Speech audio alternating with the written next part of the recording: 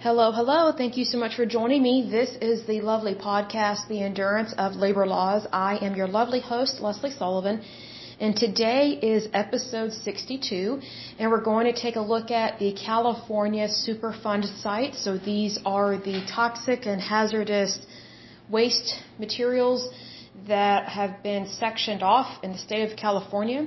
And California has 94 of them, so I thought we would go over these. But first of all, I would like to give a big shout out to my listeners, so let me go to my list. A big shout out to Virginia, Texas, Oklahoma, Alabama, California. Hey California, good to see you. Pennsylvania and New York, so that is awesome. It's good to see you guys. So let's go ahead and take a look at this list of California Superfund sites. And again, if you're new to this particular podcast in regards to Superfund sites, this is where Superfund sites are where a business or the U.S. government, whether it's the Navy, the Army, or some research facility via a college, they basically contaminated the environment. And it was so bad that the federal government had to step in and section it off, quarantine it off, and put it on the Superfund site, which is listed as a Superfund site within the EPA. And as of today, there are 40,000 Superfund sites within the United States. There are 1,300 at this point in time that are on the national priorities list. So that means they are so toxic, so hazardous, that they got bumped up in terms of severity of what their situation is. And so these are the ones that, because they're so bad, they have been put on a priority list, so they're supposed to, I guess, be cleaned up first and more aggressively, but we're seeing that that has not been the case at all, because we have seen a lot of Superfund sites that have been on the list since the 80s, and they have not been addressed, because it tells us whether or not it has been, how do I word this, it's been completed, or it's been deleted from the list because it has been cleaned up, and that particular area is good and safe and has gone back to normal, or it is now habitable, things like that. And so when we're talking about these Superfund sites, we're talking about contamination. So here's the thing. They can contaminate there's ground contamination, there's groundwater, there's also the air, and there's also the water table. So you're dealing with land, water, air, almost like Earth, Wind, Fire, like the band from the 70s. But, it's very serious, because what gets leaked and left into water can easily go into the soil. And here's another thing, whatever can be contaminated in the water can go easily into the air, because, rain comes down from the clouds, right? Like there's moisture in the air. Like, for example, I'm in Oklahoma, and it's very dry right now because it is super freezing cold outside. It's like 10 degrees. And so usually what we do, when it's this cold, we have what's called a humidifier. And a humidifier, it puts water back into the air, right? So that's why it's really bad when you have contamination like this, because let's say it's just in the soil. Well, soil tends to have water in it, one place or another. Otherwise, if our soil had no water in it whatsoever, we would not have plant life, except for plants that live on the surface of the ocean, which would be like lily pads and things like that. But that's not how our planet is. We do have moisture in our soil, even within sand. Like when you see palm trees that are growing out of sand, there's water in there somewhere. It's not just all depleted of moisture. But my point is this. Whatever can be in the soil can be in the water, and whatever can be in the water can be in the air. Because I remember back in 5th grade, we had to study the weather, and we had to study, as part of one of our science classes, we had to learn all the different types of clouds, which came in handy with living here in Oklahoma, right? Because we have crazy weather here. So we had to memorize the cycle of like a droplet of water from when it comes down out of the sky, goes down to the ground or the earth, or maybe it lands in the ocean, this water droplet. Of course, it's usually not just one water droplet, but this is just an example. Like, it's a cycle. It's a cycle of life, basically. So that's how contamination can be really bad. It can be severe and it can also be deadly. So we want to make sure that we get these sites cleaned up as soon as possible, but we do it with due diligence in a calm, reasonable way, and we're not out to punish, shame, or blame. We just want to get it done, protect the environment, and try and prevent these things from happening in the future. Now, that does not mean that we pass more rules, laws, and regulations. That does not mean that we empower the EPA even more, because again, the EPA already has enough power. If anything, it already has too much, which was given to them by Barack Obama during his term. And I kind of wondered if he was going to do that, because sometimes people don't understand how the EPA can be. You know, they can toot their horn that they really care about the environment, but sometimes they take it too extreme and then they start punishing people. And it's like, you know, that's really not appropriate, because technically we are in this together. We live in society together, so we need to treat each other with dignity and respect. But here's my other point. In regards to the EPA is important, and I do support what the EPA does to a certain extent, just not the extremeness of it, of that agency. And here's why. They already have rules, laws, and regulations on the books that give them the power and the authority to help out with our environment. But what obviously has been lacking is them actually doing their job. Because they have had this authority for I don't know, 3 or 4 decades, if not longer. I mean, I don't know when the EPA was founded or when it was developed, but they've been around for a while. You know, way before these Superfund sites got on the list. So, you know, the EPA was already around before this stuff happened.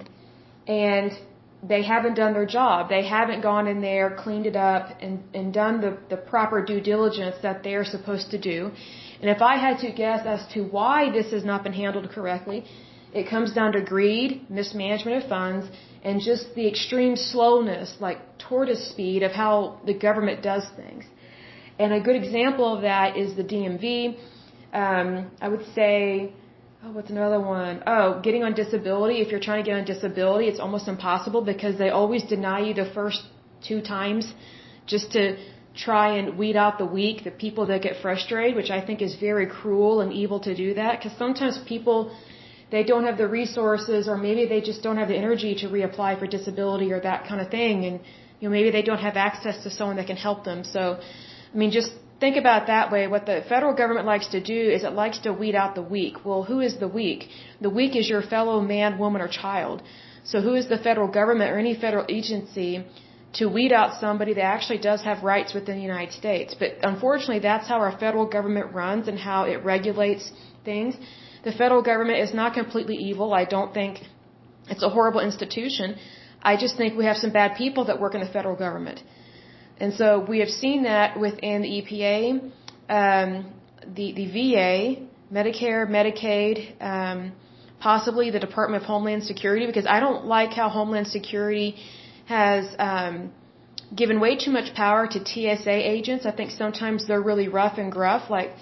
And I'm a Republican saying this, and I totally am for our military and things like that, but TSA, they're not military, but they're treated like it, and they're not. They're basically overpaid security guards, and they're very aggressive.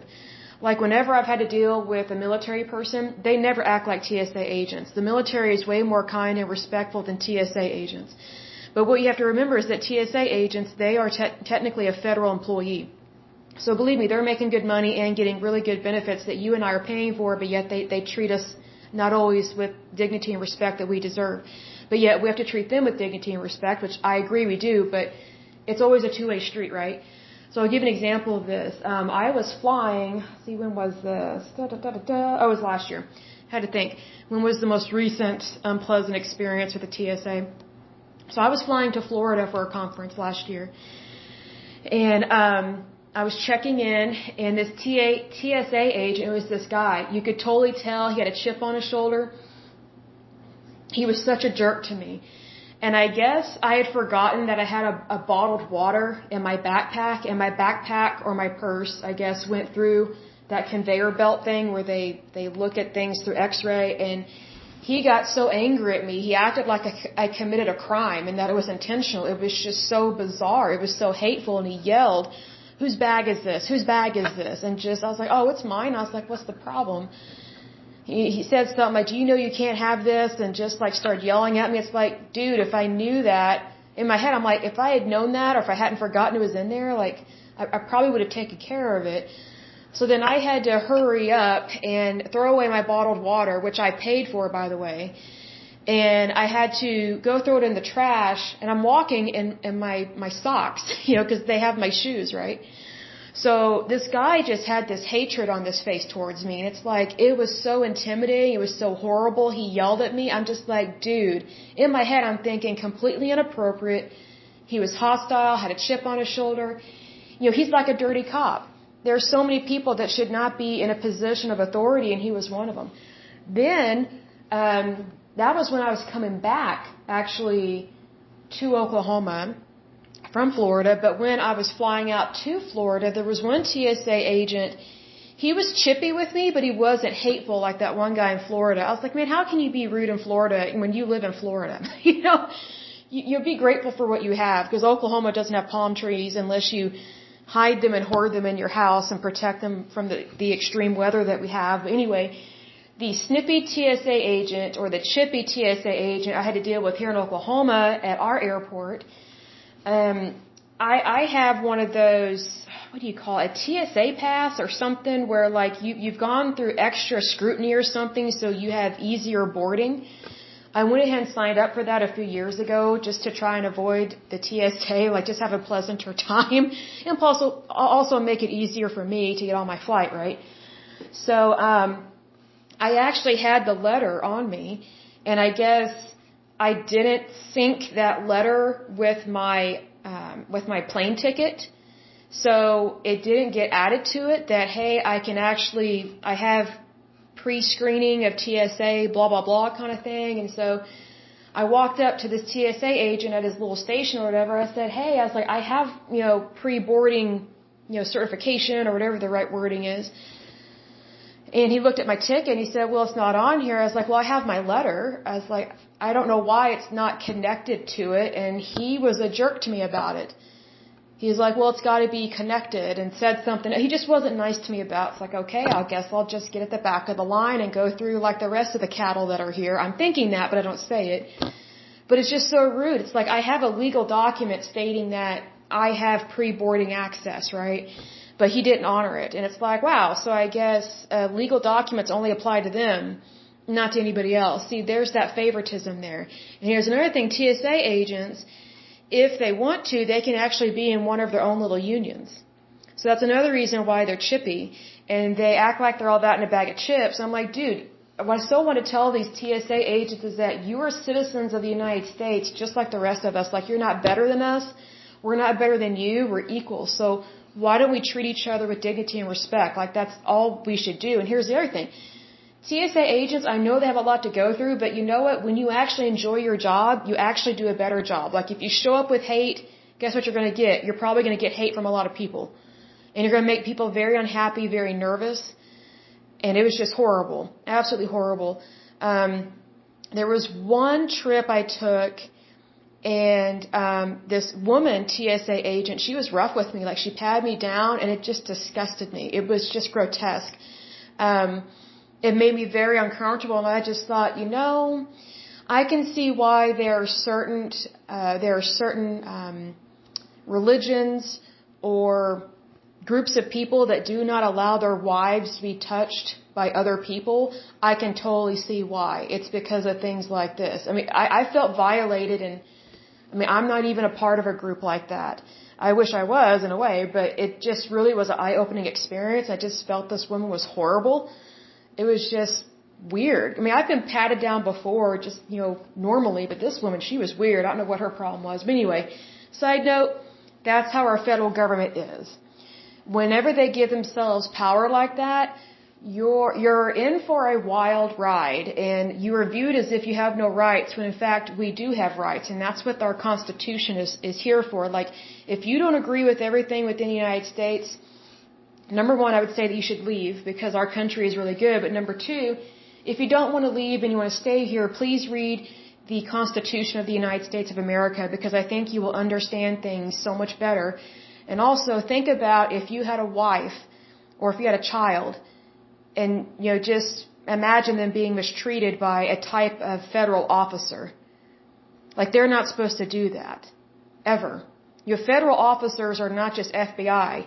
It's anybody that is in a type of authority position, or has that kind of authority job, which would be TSA, it would be FBI, it would be any kind of investigator that is within for the federal government.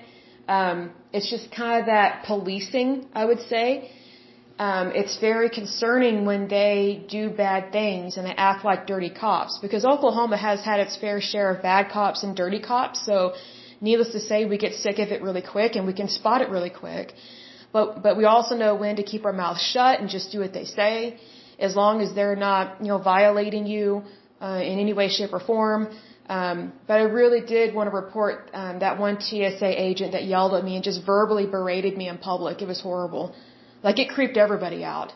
It was just insane. I'm like, really? You're going to yell at a woman who's obviously a runner or exercises of some sort, you're going to yell at her because she has a bottle of Ozarka water? Like, just throw it in the trash, or just say, hey, next time please don't bring this in your backpack. You have to throw it away. You can't bring it on the plane. More than likely, most people forget. They're packing, and that's what happened. I totally forgot. But they act like it's a crime. Well, it's not a crime to forget. And if there's a problem, just let them know in a kind, patient manner. Not like what these morons did.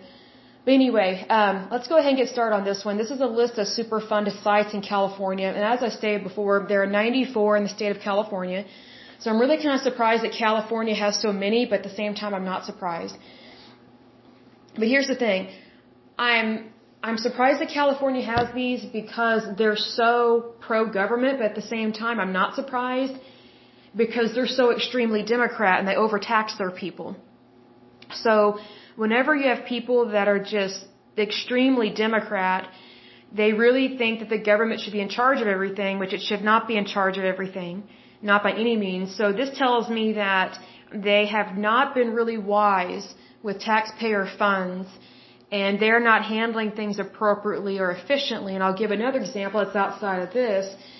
The city of San Francisco, San Francisco and Los Angeles, they have some of the highest homeless rates of homeless people. California actually is a hot spot for homeless people. That's where most of them live and where most of them are.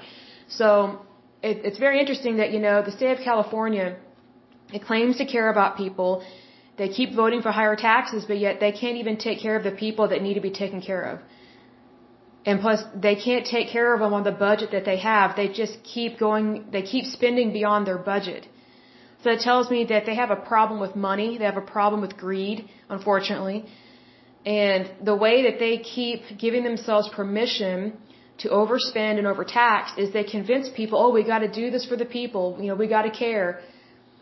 There's a difference between caring and doing what's right and then just lying to people saying that you care when really you're just using it as an excuse to take from people's paychecks.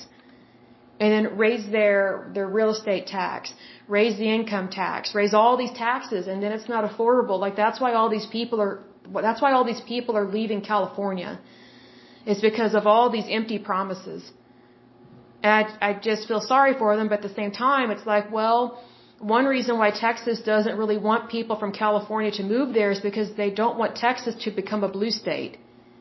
Like, they don't want California, the people from California that voted the way they did in California and pretty much put California in the tank, they don't want them to put Texas in the tank. See, because here's the thing, whenever you start voting Democrat, like extremely on things, overspending, overtaxing, you are no different than Spain, Portugal, or Greece. Like, total mismanagement of money, just completely unrealistic about what needs to be done, and it's like they have a budget just so they can spend over it and say, oh, it's not enough, look how much work we need to do, we need to tax more. No, actually you need to tax less and work out a proper payment plan for what you're trying to do and figure things out. Like, it doesn't take a genius about your accounting. I mean, look at it this way. The company, Amazon, it is successful because it's in the private sector. It's not in the public sector. Amazon does not, well, look at it this way. If Amazon ran its company the way California runs itself, Amazon would have been out of business years ago. And thousands of people would be out of work, and they would not be making millions of dollars. And you and I would not be able to order stuff online. So obviously the private sector, once again, saves the day in so many ways. So you would think that a democratic state like California would take a leaf out of someone's book in terms of how successful they are and say, hey, why don't we lower taxes, get rid of some of these social welfare programs that obviously don't work, but help the most needy first and then build on that. Once we help them, move on to the next group and the next segment and things like that. But California doesn't do that, unfortunately. And it has every opportunity to do that because California has not always been Democrat. And California was not always the most expensive state to live in, but it has slowly become that way because you had these Democrats move out there, and then you have like some crazy liberals that live out there now, and they're ruining the state. I mean, let me put it this way. California has been experiencing inflation way long before the rest of the United States. But here's the thing. If one state is experiencing inflation, eventually that spreads out to every other state because we are the United States of America. We're not the separated states of America. So needless to say, I'm not surprised that Texas doesn't want people from California moving there because they know that people from California will ruin it if they vote the way they do. And here's an example of this. Texas is already a little crazy liberal, but it's in Dallas. I was in Dallas several years ago. I was working a contract down there. I couldn't believe how crazy liberal Dallas is.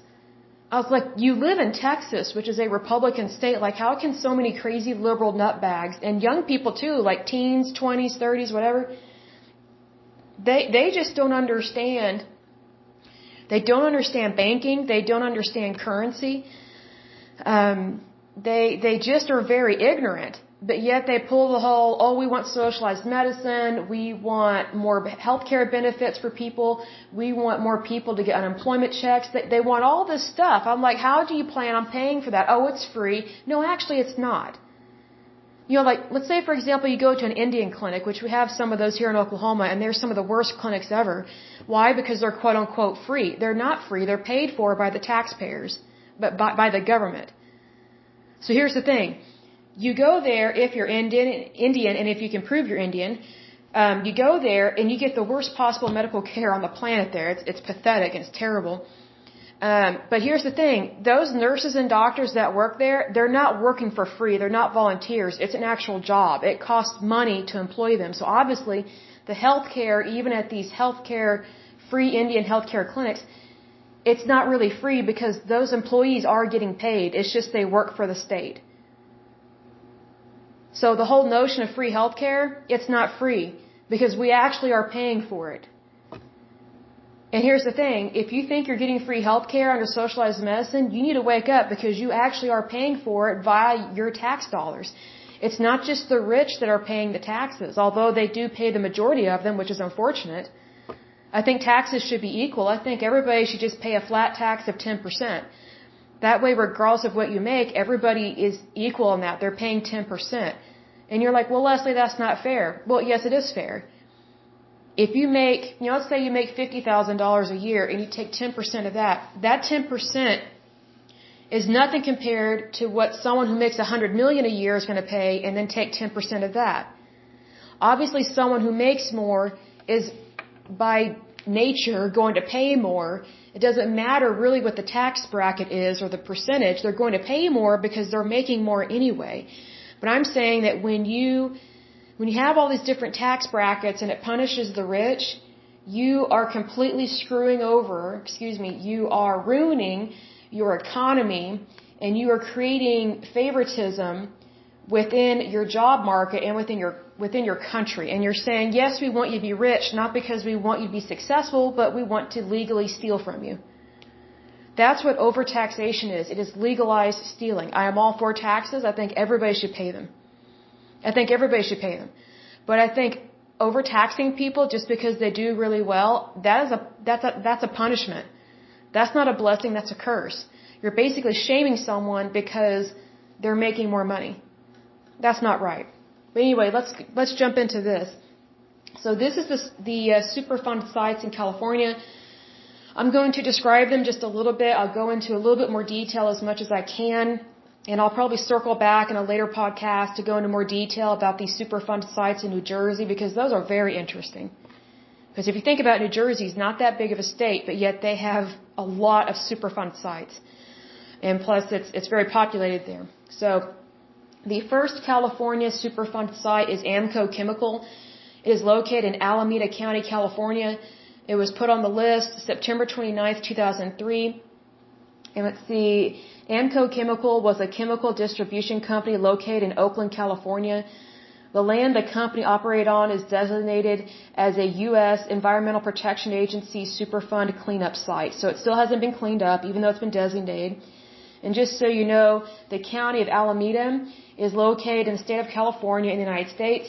As of the 2020 census, the population was 1.6 million, a little over 1.6 million, making it the 7th most populous county in the state and the 21st most populous nationally. The county seat is Oakland. And it says Alameda County is in the San Francisco Bay Area. So if you live in Alameda County, or if you live in the San Francisco Bay Area, guess what? You have a Superfund site there. Superfund, that ends in a D, Superfund site. So it says here the groundwater, the soil, and soil gas are contaminated with chlorinated solvents and other contaminants, including vinyl chloride. So just be aware of that. That kind of is a scary one. So the next California Superfund site is Alameda Naval Air Station. That one is located in Alameda County, California. It was put on the list July 22nd, 1999. It says here, the Naval Air Station Alameda was a United States Navy Air Station in Alameda, California on San Francisco Bay. So let me see here what is going on with their contaminants. Let's see what it is. If it will tell me. Trying to see here if it will tell me.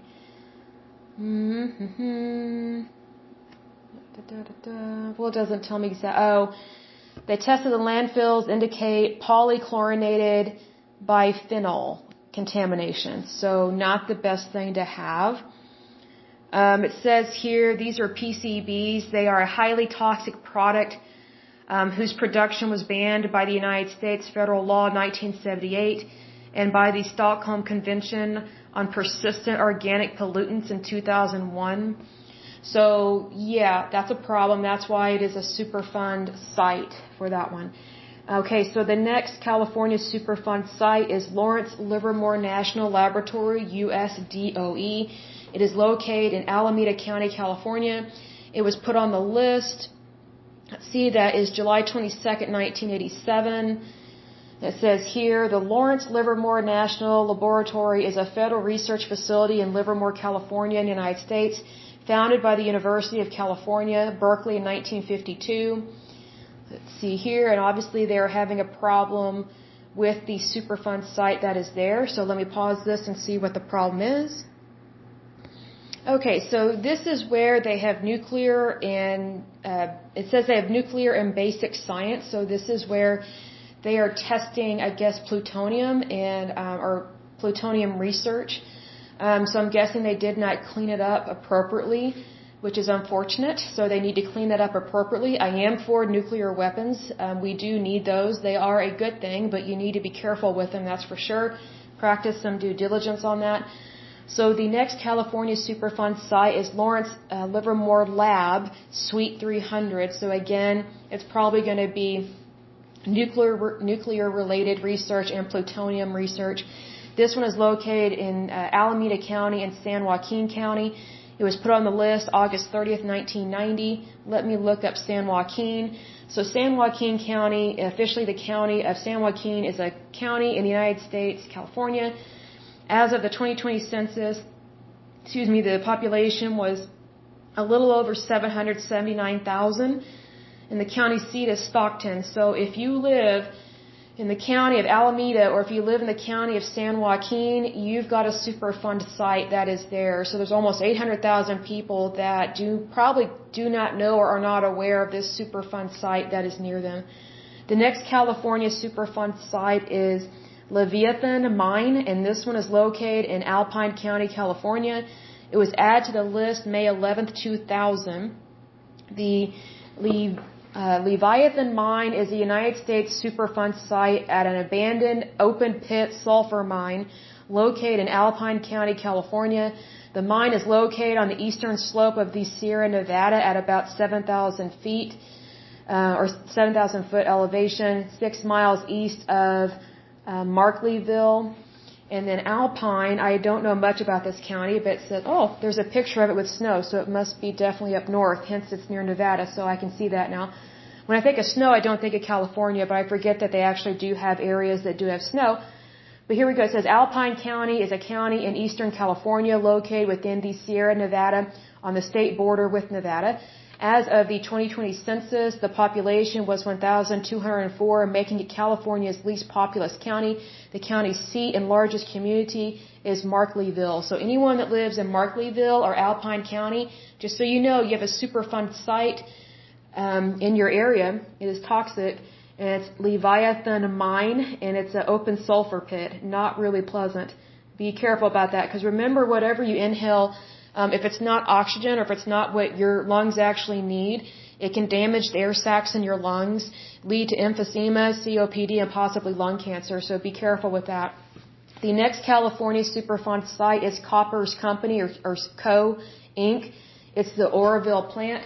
It is located in Butte, California, or Butte County, California. It was put on the list September 21st, 1984. And in terms of this, it says the Copper's Company, Inc., or KCI Superfund site is one of 3 Superfund sites in Oroville, California, along with Louisiana Pacific Sawmill and Western Pacific Rail Yard. Let's see here. The KCI Superfund site is a 200-acre site which served as a wood treatment plant for 50 years. Oh, no wonder. Okay, they're treating wood. Okay, now I kind of understand why the problem is with that. Okay, so it says wood was treated with many chemicals to prevent wood deterioration. The accumulation of these chemicals from spills, fires, and ashes has caused this site to be contaminated with the hazardous waste material. Due to soil and groundwater contamination, the site was placed on the National Priorities List in 1984 for remedial action plans to clean up the site to protect surrounding residential areas concerning environmental and human health risk.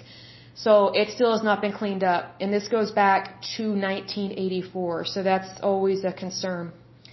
Okay, and then Butte, it says Butte County is a county in Northern California. In the 2020 census, the population was it's a little over 211,000. So if you live in Butte County or near Oroville, you need to be very concerned. Don't freak out, but just know you've got a Superfund site that's near you. The next California Superfund site is Louisiana Pacific Corp. It is located in Butte County, California. It was added to the list June 10th, 1986. And it says here the Louisiana Pacific Corp., commonly known as LP, is an American building materials manufacturer. It was founded in 1973 and is currently based in Nashville, Tennessee. Let's see here. LP pioneered the U.S. production of oriented strand board, OSB, panels. It says here, today LP is the world's largest producer of OSB and manufactures engineered wood building products. So if it's engineering wood building products, that means it's probably not completely real wood. It's almost like when we have these fake fruits and vegetables at the store that are genetically altered. So it kind of reminds me of that. It says LP products are sold to builders and homeowners through building materials distributors and dealers in retail home centers. As of 2011, LP has 24 mills, including 15 in the United States, 6 in Canada, 2 in Chile, and 1 in Brazil. And just so you know, in 2018, they had $2.28 billion in revenue. So they're doing fairly well, but maybe they can put that money towards cleaning up their Superfund site that they're not taking care of at this point in time. So here we go. The next California Superfund site is Western Pacific. Hold on a second. So we talked about Butte. Yeah, we talked about that. Okay, so the next one is Western Pacific Railroad Company. is located in Butte County, California. It was put on the list August 30th, 1990. So it says the Western Pacific Railroad was a Class 1 railroad in the United States. It was formed in 1903 as an attempt to break the near monopoly the Southern Pacific Railroad had on rail service into Northern California. And again, that is located in Butte County. So then the next California Superfund site, oh, hold on a second. I need to back up. Hold on. Okay, I need to correct myself. These last two ones, the Louisiana Pacific Corp and the Western Pacific Railroad Company, those have been completed. They have been deleted from the list. My apologies. So obviously, LP and Western Pacific, they have taken care of their problem and they have practiced due diligence. My apologies. So that has been corrected. That is good to go. I misread this list. Okay, so the next California Superfund site that is still on the list is Concord Naval Weapons Station. It is located in Contra Costa County, California. It was added to the list December 16, 1994. And the Concord Naval Weapons Station was a military base established in 1942 north of the city of Concord, California, at the shore of the Sacramento River where it widens into Suisun Bay. I think that's how you pronounce it. The station functioned as a World War II armament storage depot, supplying ships at Port Chicago. And Contra Costa is located in the state of California. As of the 2020 census, the population was a little over 1.1 million people. The county seat is Martinez. It occupies the northern portion of the East Bay region of the San Francisco Bay Area and is primarily suburban. Let's see here. And again, it was added to the list December 16th, 1994. So if you live in the San Francisco Bay Area or if you live in Contra Costa, you need to be aware that this Superfund site is still active. It is still there. The next Superfund site, let's see here in California, is United Hecathorn Company. It is located in Contra Costa. It was added to the list March 14th, 1990. And it says here, it doesn't give me more information on United Hecathorn Company, but this one is located in Contra Costa County. So if you live near there or in the San Francisco Bay Area, you have another one that is in your area in terms of California Superfund sites. The next California Superfund site is Atlas Asbestos Mine. It is located in Fresno County, California. It was added to the list September 21st, 1984. Let's see here. It says here the Atlas Asbestos Mine Superfund site is located within the Clear Creek Management Area near Fresno County, 18 miles northwest of Coalinga, California. The mine started operating in 1963, covering 435 acres of a large naturally occurring asbestos deposit.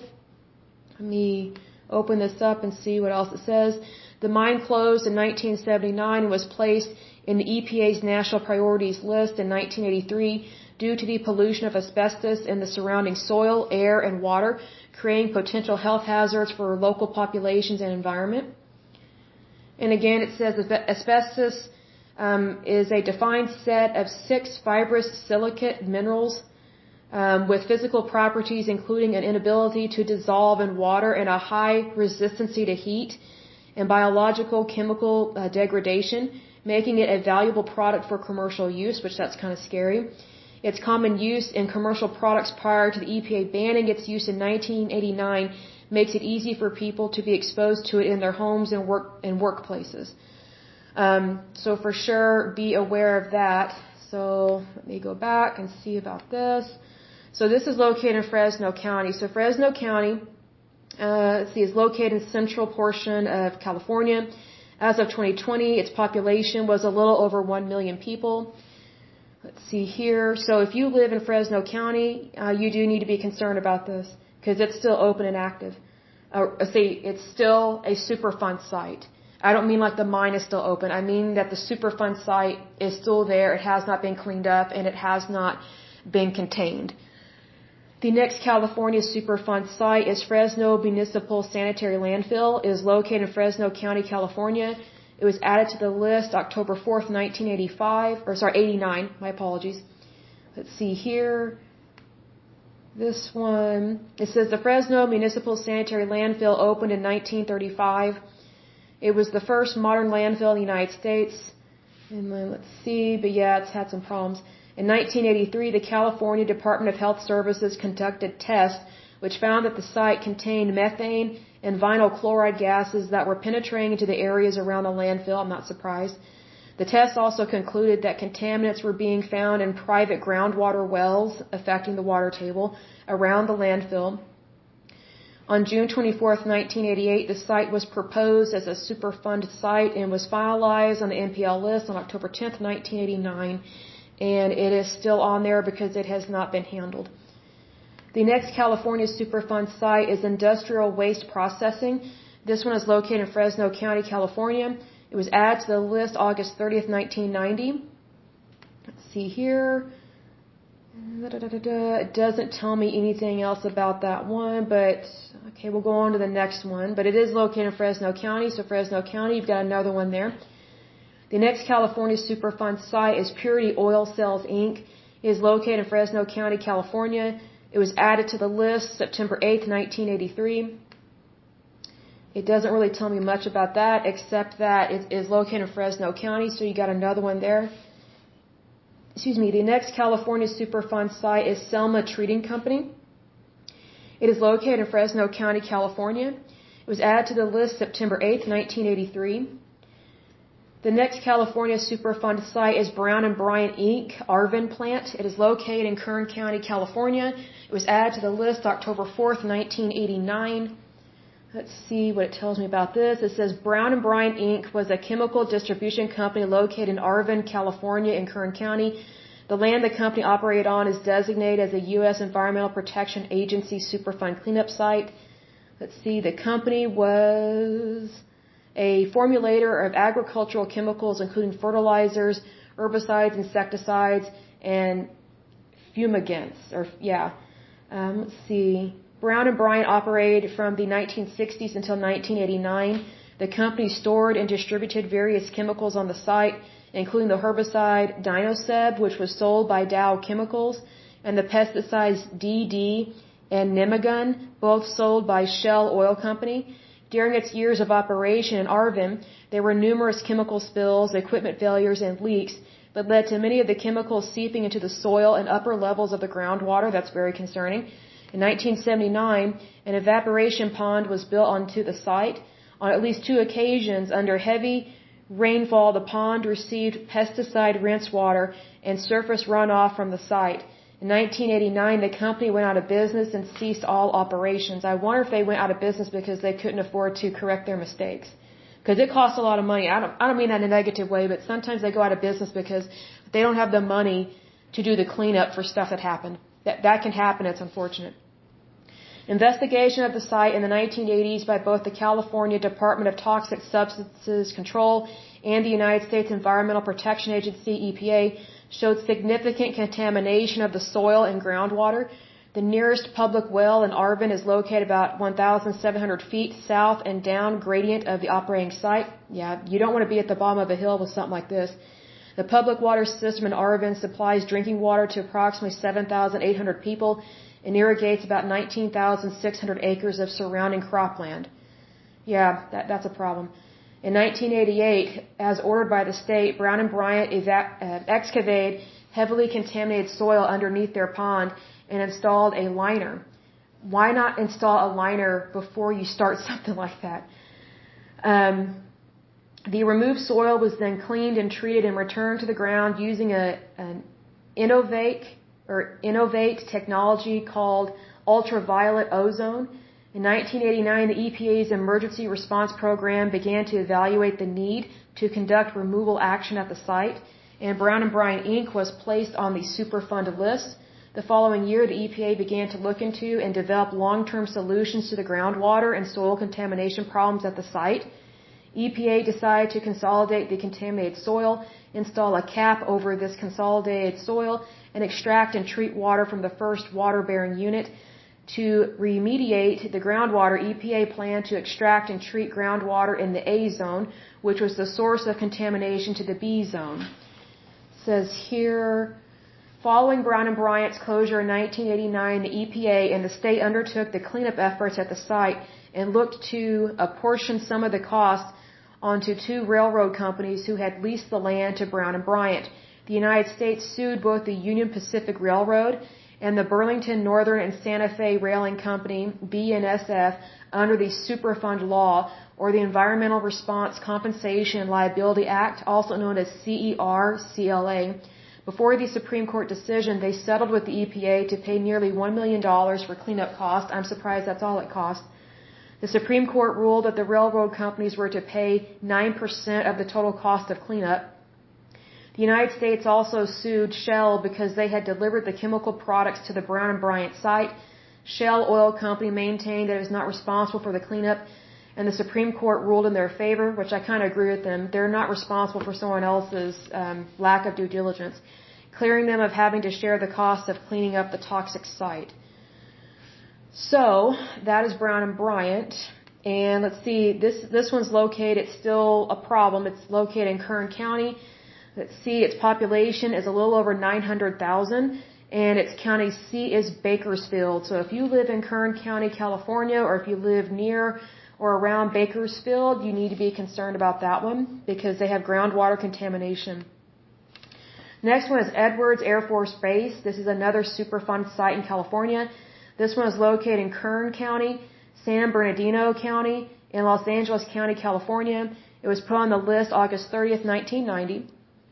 It says here, Edwards Air Force Base, AFB, is a United States Air Force base installation in California. Most of the base sits in Kern County, but its eastern end is in San Bernardino County, and a southern arm is in Los Angeles County. Let's see, the hub of the base is Edwards, California. So we already talked about Kern County, so let's talk about San Bernardino. So San Bernardino is a county located in the southern portion of California and is located within the Inland Empire area.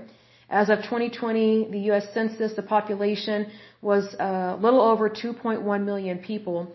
So if you live near or around the San Bernardino County in California, I would be concerned about this one here with that. Also, Los Angeles County. So Los Angeles, okay, so that is also known as LA County, is the most populous county in the United States and in the United States of, sorry, not the United States, but the state of California, with more than 10 million inhabitants as of the 2020 census. So 10 million people within Los Angeles County. You kind of need to be concerned. You do need to be concerned about this Superfund site because it's still there. It has not been cleaned up. The next California Superfund site is Sulphur Bank Mercury Mine. It is located in Lake County, California. It was added to the list August 30th, 1990. Let's see here. Sulphur Bank Mine is located near Clear Lake Oaks and Clear Lake in Lake County, California. And the mine became one of the most noted mercury producers in the world. Oh no, we're dealing with mercury. Okay. Yeah, mercury can kill you.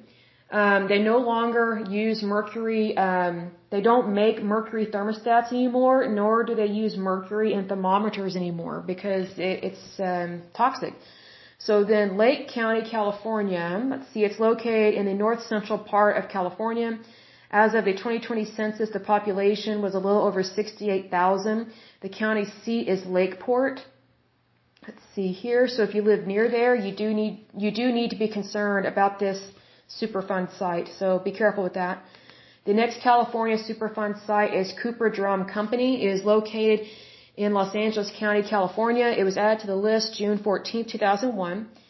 Let's see, the Cooper Drum Company recycled closed-top steel drums on a 3.8-acre facility in Southgate, California from 1976 to 2003. They used strong chemicals to recondition the drums, leading to public concern about health impacts on the surrounding community. Let me open this up and see what else it says.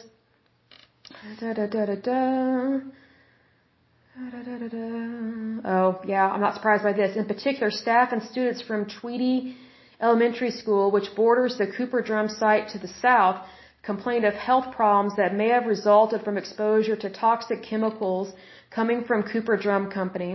In June 2001, the Cooper Drum site was placed on the Superfund site, making the site as one of the most high-priority toxic cleanup sites in the United States. Let's see here.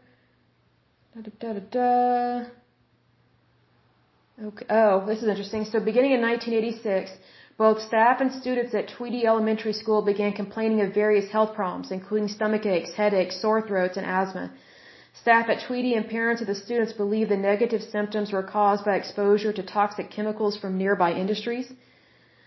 Let's see here. They could not tie it directly to the Cooper Drum Company. However, it is still a Superfund site. So, sometimes when people have symptoms, they may not be able to link it to something directly, but that doesn't mean that's not part of the problem, is what I'm trying to say. So again, this is in the county of Los Angeles. So you're dealing with 10 million inhabitants there. So you've got another Superfund site in your area.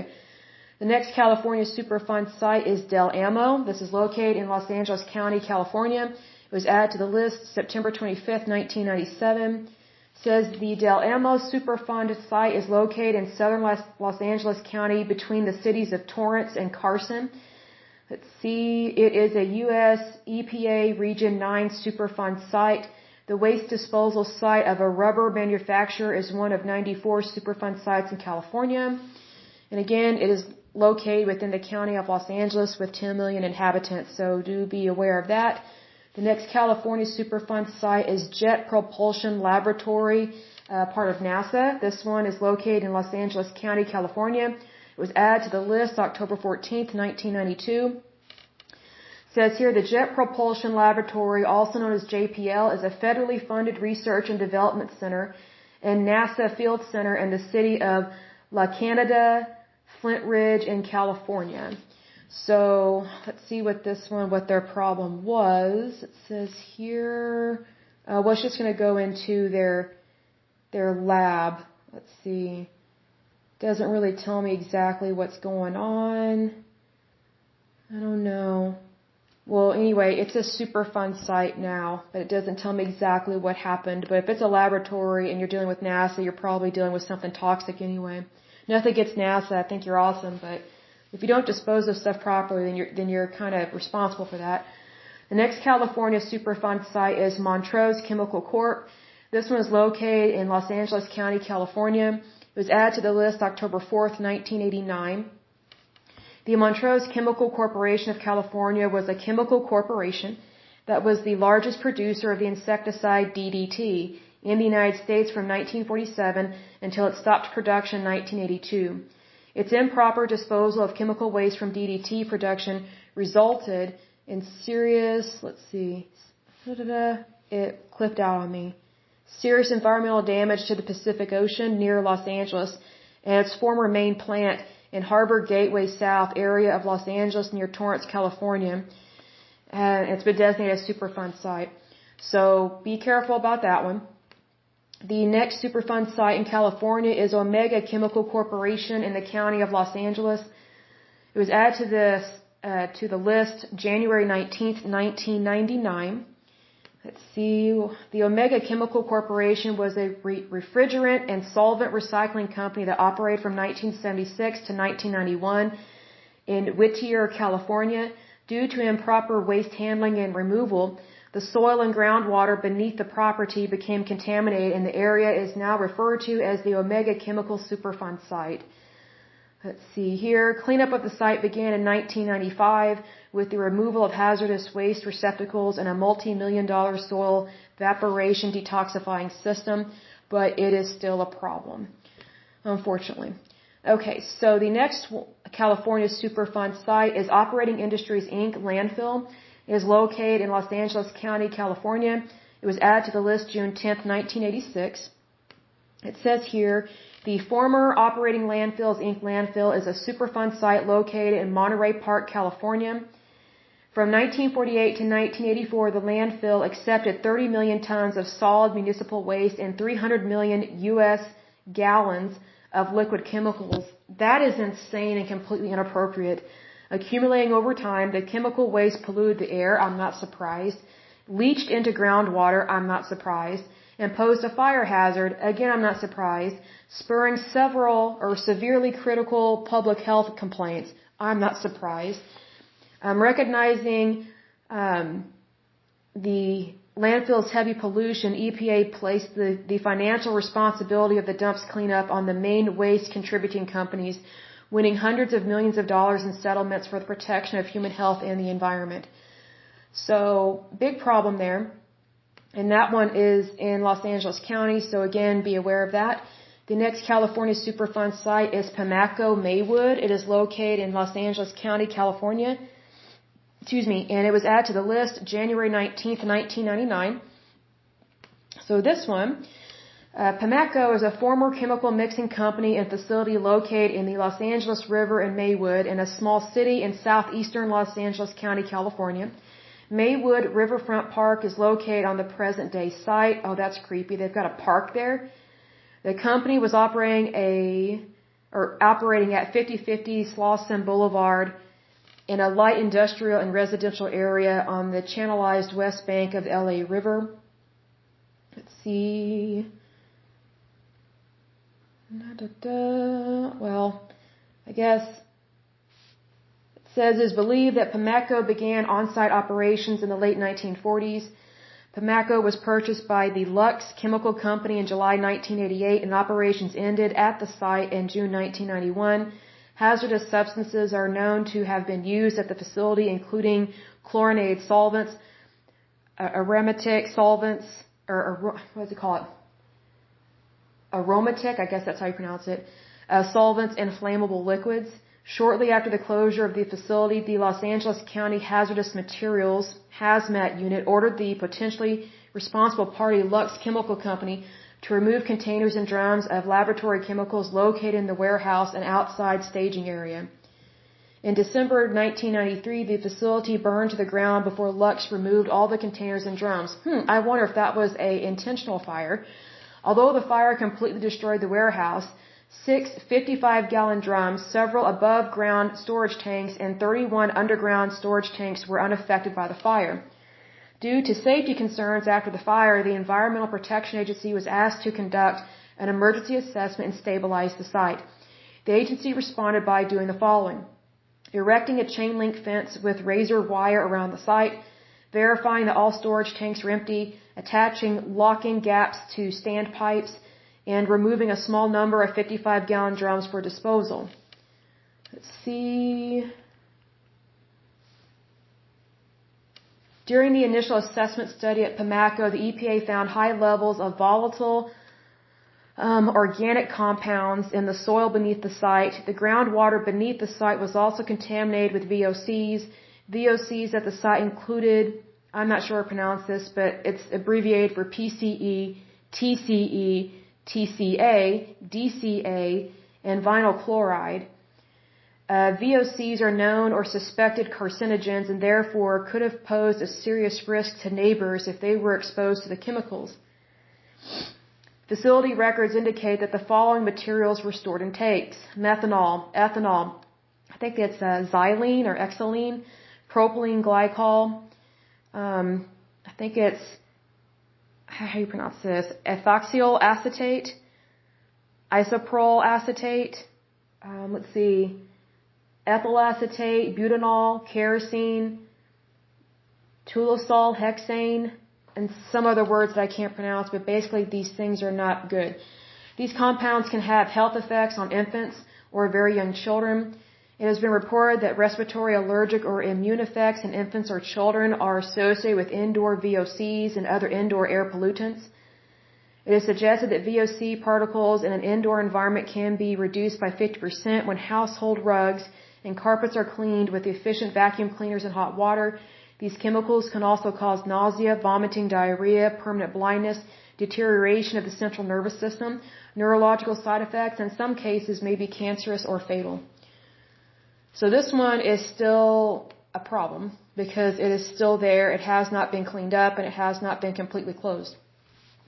The next California Superfund site is San Fernando Valley Area 1. This one is located in Los Angeles County, California.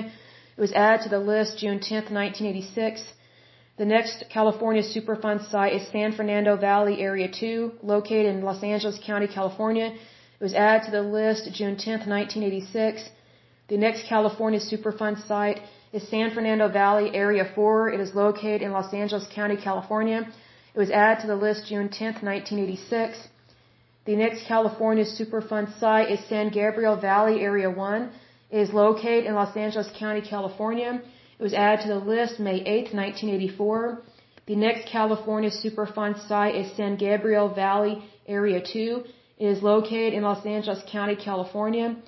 It was added to the list May 8th, 1984. The next California Superfund site is San Gabriel Valley Area 3, my mistake. It is located in Los Angeles County, California. It was added to the list May 8th, 1984. The next California Superfund site is San Gabriel Valley Area 4. It is located in Los Angeles County, California. It was added to the list May 8th, 1984. The next California Superfund site is Waste Disposal, Inc. It is located in Los Angeles County, California. It was added to the list July 22nd, 1987.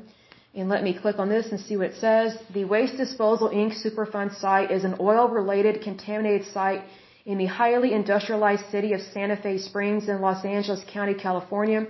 It is approximately 38 acres with St. Paul's High School immediately adjacent to the northeast corner of the site. Approximately 15,000 residents of Santa Fe Springs obtain drinking waters from wells within 3 miles of the site. That's concerning. Okay. So it says, with a capacity of 42 million U.S. gallons and a diameter of approximately 600 feet, the site was originally constructed to be an in-ground and concrete-lined reservoir to store crude petroleum before 1924. By 1929, the Santa Fe Springs oil field was the nation's largest producer of petroleum products. The booming oil production generated a large amount of hazardous oil byproducts in both liquid and solid form. The site was later used to store a variety of liquid and solid waste. Because Waste Disposal, Inc., WDI, received a permit from Los Angeles County to operate an industrial waste landfill, which continued until 1964. Waste disposed at the site included oil drilling muds, construction debris, refinery waste, sludge, chemical solvent, and other petroleum-related chemicals. In July 1987, the WDI site was placed on the national priorities list for known or threatened releases of hazardous substances, pollutants, or contaminants. So it says here, on November 11th, 1988, the Agency for Toxic Substances and Disease Registry, also known as ATSDR, released a preliminary health assessment of the WDI site and determined it to be a public health concern due to the public exposure to contaminant soil and potential groundwater quality issues. Let's see here. So basically, it's a problem. It still is a problem because it has not been completely cleaned up. It is still there. So the next California Superfund site is Coastwood Preserving. It is located in Mendocino County, California. It was added to the list September 8th, 1983. I don't have any information on Coastwood Preserving, but I do know that in terms of Mendocino County, it is located on the north coast of the U.S. state of California. As of the 2020 census, the population is a little over 91,000 people. The county seat is Ukiah. So if you live near there, you do need to be concerned about that one. Don't freak out, just be aware. The next California Superfund site is Castle Air Force Base, 6 acres of it. It is located in Merced County, California. It was added to the list July 22nd, 1987. And it says here, the Castle Air Force Base is a former United States Air Force Strategic Air Command base in California, located northeast of Atwater, northwest of Merced, and about 115 miles south of Sacramento. In terms of the county, Merced County is located in northern San Joaquin Valley, in the section of Central Valley in California. Let me see what the population is. It says as of 2020, the population was a little over 281,000. So if you live near there, I would be a little concerned. Just be aware. Okay, the next California Superfund site is Crazy Horse Sanitary Landfill. This one is located in Monterey County, California. It was added to the list August 30th, 1990. I don't have any additional information about Crazy Horse Landfill or Sanitary Landfill. In terms of Monterey County, let's see, is located on the Pacific coast in California. As of 2020, they have a population of a little over 439,000 people, so do be concerned with that. Its county seat is Salinas. So, if you live in that area, just FYI. The next California Superfund site is Fort Ord. It is located in Monterey County, California. It was added to the list February 21st, 1990. Let me get some information about Fort Ord. Fort Ord is a former United States Army post on Monterey Bay of the Pacific Ocean in California, which closed in 1994 due to base realignment and closure. It's called BRAC action. Let's see here. It's not really telling me what was going on with that. I want to see what it says. Okay, so it's not telling me what has been contaminated, but if it's on the Superfund site, we know we got a problem. So they're probably not wanting to say what it is. But it is in the county of Monterey, so just be aware of that. The next California Superfund site is Lava Cap Mine. It is located in Nevada County, California. It was added to the list January 19th, 1999. And let me see here.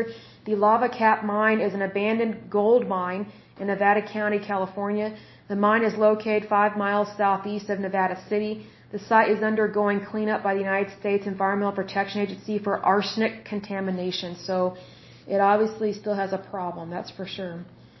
So it says gold and silver mining began on site in 1861 with an active period from 1918 to 1934. In 1934, mining restarted under the Lava Cap Gold Mining Corporation. Beginning in 1940, a gold cyanidation, I don't know how to pronounce that, plant operated on site to leach residual gold from the mine tailings. This process increased yield to 95% of the gold contained in the mine's core or ore. At the time of its closure, the Lava Cap mine was the most productive in California with over 300 men. From 1934 to 1943, the mine produced 270,000 ounces of gold and 2.3 million ounces of silver. In 1943, mining ceased due to World War II and did not resume. In 1952, Lava Cap Gold Mining Corporation, including the mine itself, was acquired by Sterling Center Corp. And in 1989, the site was acquired by developer Stephen Elder. A dam failure in 1997 caused a spill of arsenic-rich tailings, leading to an investigation by the EPA. Let's see here. And then remedial action began in 2005. In 2018, a $32 million judgment was obtained against Elder and Sterling Center Corp. Relating to cleanup costs. So it says waste slurry from the gold extraction was stored behind a 60-foot-high log dam. That's so dumb. Located at the mouth of a nearby ravine. Wow, really? During a January 1997 storm, the log dam collapsed, releasing 10,000 cubic yards of arsenic-rich tailings downstream into the Little Clipper Creek and watershed, including Lost Lake. Samples of contaminated material contained 100 to 2,200 milligrams of arsenic per kilogram. EPA tests revealed elevated levels of arsenic in Little Clipper Creek, Lost Lake, shallow groundwater, and in drinking water wells. Arsenic has been classified as a carcinogen and causes other severe health issues, including thickening skin, pain, nausea, paralysis, and blindness. Residents are advised to limit their exposure to mine tailings and to wash their shoes and pets after walking in contaminated areas. So it's still a problem, so just be aware. And this is in the county of Nevada. It says Nevada County is a county in the Sierra Nevada of the state of California. As of 2020 census, the population was a little over 102,000 people. The county seat is Nevada City. Let's see. That's it on that one. So the next California Superfund site is El Toro Marine Corps Air Station. It is located in Orange County, California. It was added to the list February 21st, 1990. It says here, the Marine Corps Air Station El Toro was a United States Marine Corps air station located next to the community of El Toro near Irvine, California. Let's see here. Let's see, it's been used as a filming location. It's not really telling me why it became a Superfund site, but needless to say, probably something spilled. I don't know what. It's not telling me. The next the Orange County. So let's talk about that. So Orange County is located in the Los Angeles metropolitan area in Southern California. As of the 2020 census, the population is a little over 3.1 million people. So just be aware that you do have this Superfund site in your area. Okay, so the next California Superfund site is McCall. It is located in Orange County, California. It was added to the list September 8th, 1983. It says 200,000 cubic yards of oil refinery and acid sludge and oil-filled drilling muds, including sulfur and hydrocarbons. The waste has reacted to produce a mixture of complex organic and sulfur-containing compounds, some of which are gases. So, let me see what all this says. It says here, McCall Frontenac Oil Company Limited was a Canadian integrated oil company. It was created in 1927 as a result of a merger between two companies, McCall Brothers, founded by John McCall in 1873, and Frontenac Oil Refineries. Shares in the new company was acquired by the Texas company Texaco, and by 1941 it had acquired a majority ownership position of McCall Frontenac.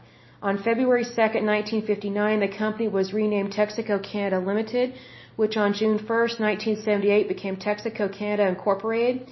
McCall Frontenac was known for its branding of its oil and products as a Red Indian. In 1989, Texaco Canada was acquired by Imperial Oil. Non-retail operations continued as Texaco Canada Petroleum Incorporated until 1995. After Imperial acquired Texaco Canada Inc. in 1989, it renamed the company McCall Frontenac Inc. The company remains registered. So they've obviously got a problem if they're on a Superfund site, because it doesn't tell me it's been cleaned up or that it's been handled. So the next California Superfund site is a Lark Hard Chrome. It is located in Riverside County, California. It was added to the list December 1st, 2000.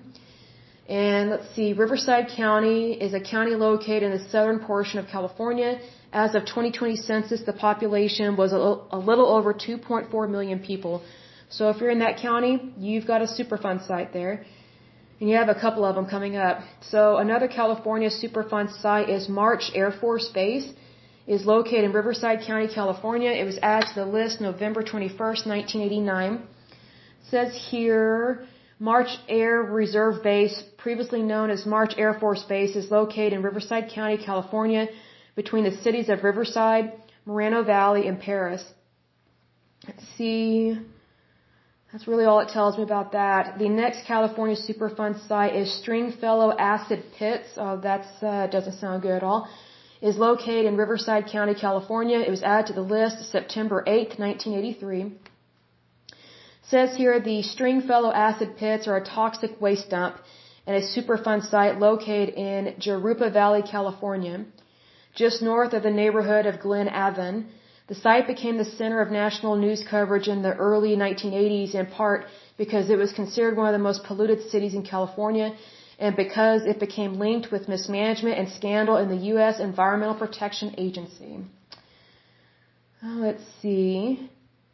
It says here, situated in the base at the Jurupa Mountains and Pyrite Canyon, the 17-acre site was originally a rock quarry, however you pronounce that word, owned by James Stringfellow. The resulting valley seemed a perfect disposal site for toxic waste. Really? That's terrible.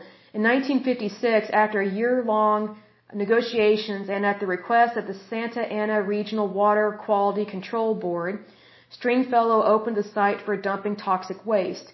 Included in the negotiations was Stringfellow receiving assurances from a geologist who deemed the site safe for dumping. Really. The geologic survey claimed that the solid bedrock made the valley an ideal and safe site for waste. In 1972, after it became apparent that the pits were leaking into local groundwater, I'm not surprised, RWQCB shut down the site. During the facility's 16 years of operation, more than 34 million gallons of liquid industrial waste was deposited in evaporation ponds. Stringfellow claimed his company was without assets and title to the land passed to the state of California, with oversight given to the Santa Ana River Water Quality Board. Between 1969 and 1980, poor weather and management resulted in several spills and intentional releases of toxic chemicals into Pyrite Creek, which flowed into storm channels running through Glen Avon. In the early 1980s, after the passage of the Comprehensive Environmental Response Compensation and Liability Act, or Superfund, the site came to the attention of the U.S. Environmental Protection Agency. It was listed as the most contaminated site in California and was one of the first sites selected for remediation under the Act. The severity of the problems and the subsequent scandal related to the site made the acid pits the subject of national television coverage. Rita Lavelle, appointed director of the Superfund site in 1982 by President Ronald Reagan, was convicted on federal charges of perjury related to an investigation into misuse of the United States Environmental Protection Agency's Superfund money, not surprised, during her tenure with the agency and irregularities at the Stringfellow acid pits. The Lavelle incident was labeled Sewergate. Ann Gorsuch Burford, mother of U.S. Supreme Court Justice Neil Gorsuch, resigned as EPA administrator amid the controversy. Whoa, I didn't know that she was connected to our Supreme Court Justice. Oh, that's not good.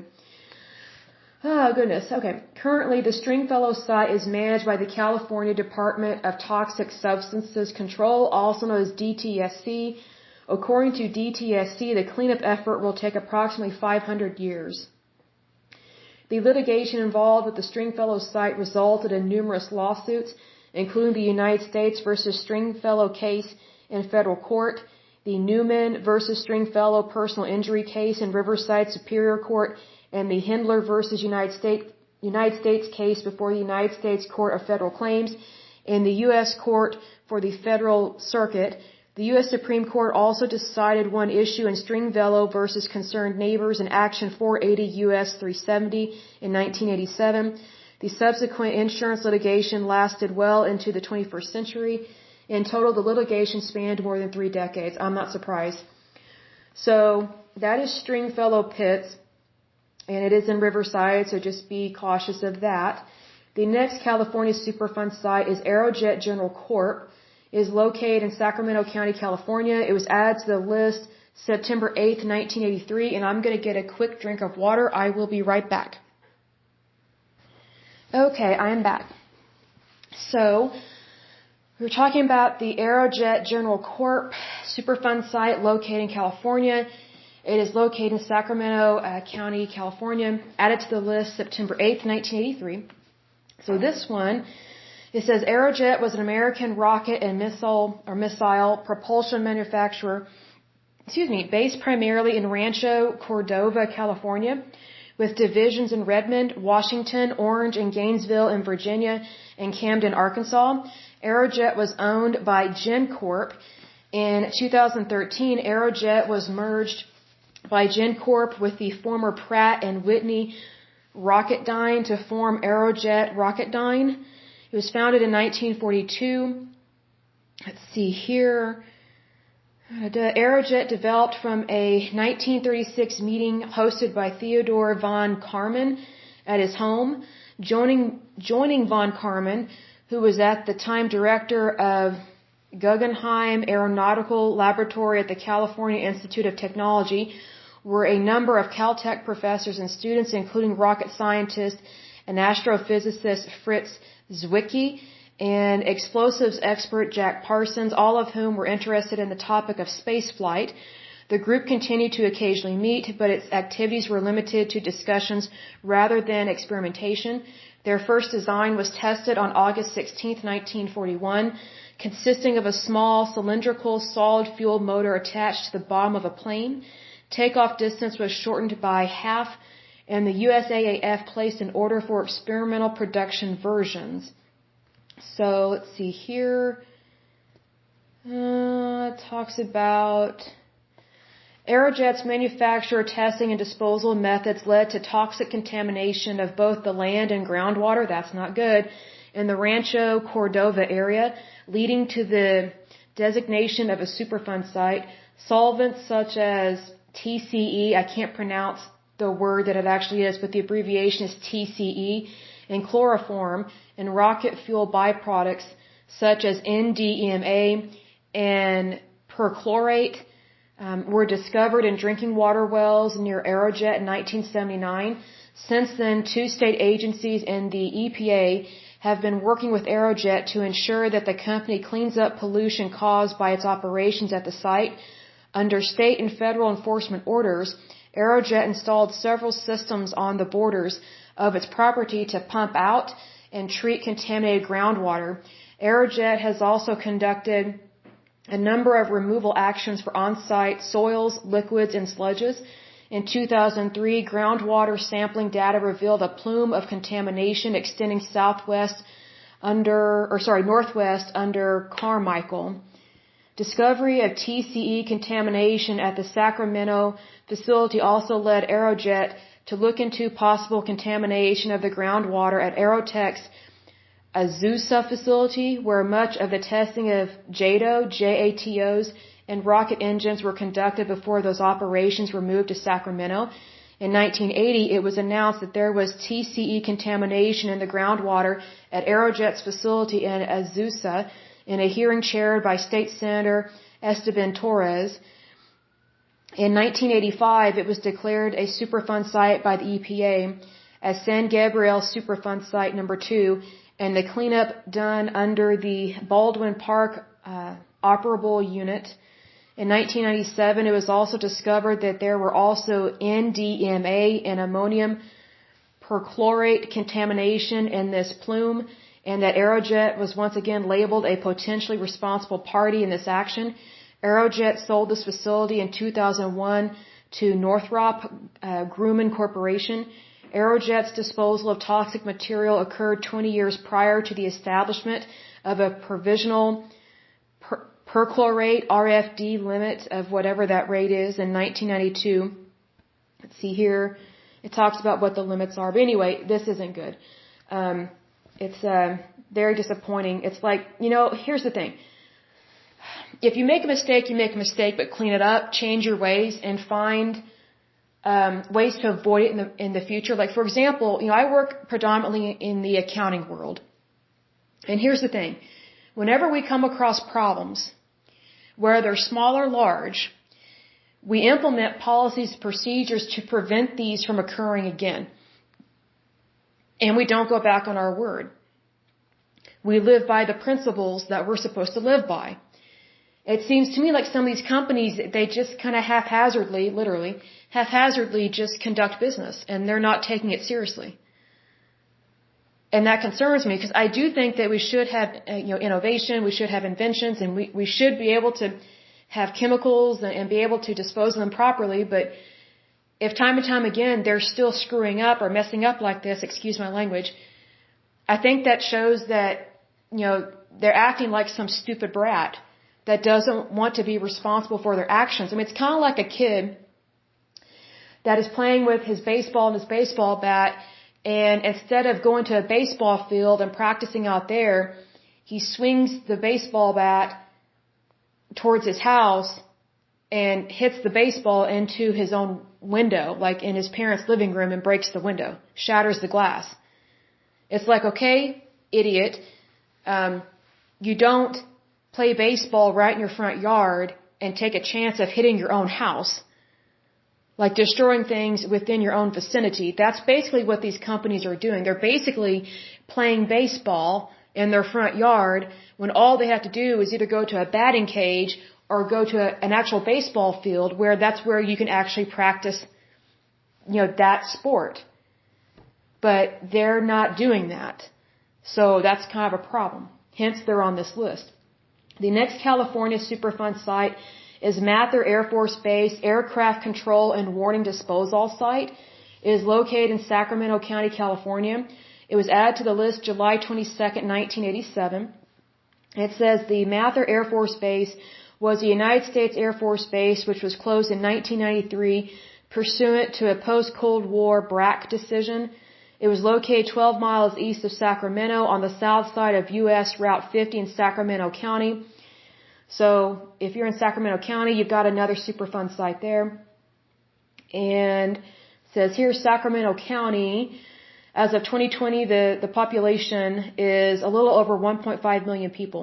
So kind of concerning there that you've got a Superfund site near so many people. Okay, so the next California Superfund site is McClellan Air Force Base groundwater contamination. That's very concerning. It is located in Sacramento County, California. It was added to the list July 22nd, 1987. It says here, so let me see it. McClellan Air Force Base. It was opened from 1935 to 2001. Is a former United States Air Force base located in the North Highlands area of Sacramento County, 7 miles northeast of Sacramento, California. So again, Sacramento, you've got another Superfund site there.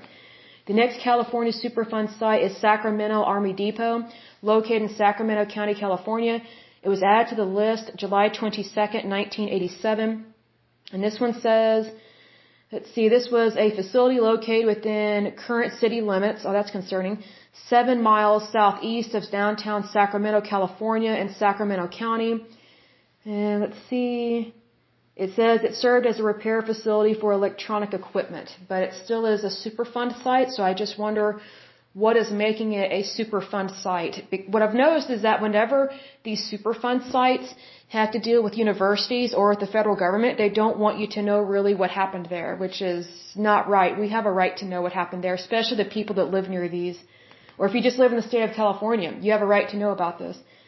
The next California Superfund site is B.F. Goodrich, which is located in San Bernardino County, California. It was added to the list September 23rd, 2009. It says here, let me open this up. The Goodrich Corporation, formerly the B.F. Goodrich Company, was an American manufacturing company based in Charlotte, North Carolina. It was founded in Akron, Ohio in 1870. Okay, it's not telling me about its Superfund site. Let's see here. And I guess it just doesn't want us to know. So it is a Superfund site, but it's not telling us exactly why. So that's kind of concerning. But it still is a problem. It still is there. And it's in the San Bernardino County. So let's see, that's in the southern part of California. As of 2020, the population is a little over 2.1 million people. The next California Superfund site is Barstow Marine Corps Logistics Base. It is located in San Bernardino County, California. It was added to the list November 21st, 1989. This one is a Marine Corps base. Let's see, supply and maintenance installation located in the Mojave, or I don't know how you pronounce that, Mojave Desert east of Barstow in San Bernardino County. So again, San Bernardino County has a little over 2.1 million people, and because this is a Marine base dealing with the military, it's not telling me what happened there, why it's a Superfund site. Let me double check and see if it will open up about that. I'm not really sure. Okay, let's see here. Why is it not telling me? Well, secrets, that's why. Okay, so it's not telling me why, but just know it's in your county if you live in San Bernardino. Okay, the next one is George Air Force Base. Is located in San Bernardino County, California. It was added to the list February 21st, 1990. Let's see. It says George Air Force Base was a United States Air Force base located within the city limits. Oh, man. 8 miles northwest of central Victorville, California, about 75 miles northeast of Los Angeles, California. So again, if you live near there, you've got another Superfund site. The next California Superfund site is Newmark Groundwater Contamination. This one is located in San Bernardino, California.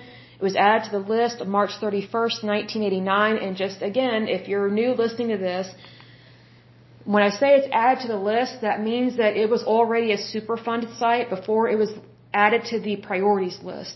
So again, if it's added to the priorities list, the national priorities list, that means it was so bad they considered it an extreme health risk.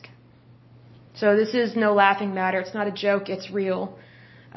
So it is a concern. And I'm not saying that you're laughing or that you're not taking it seriously, but this is what it means when it says national priorities list.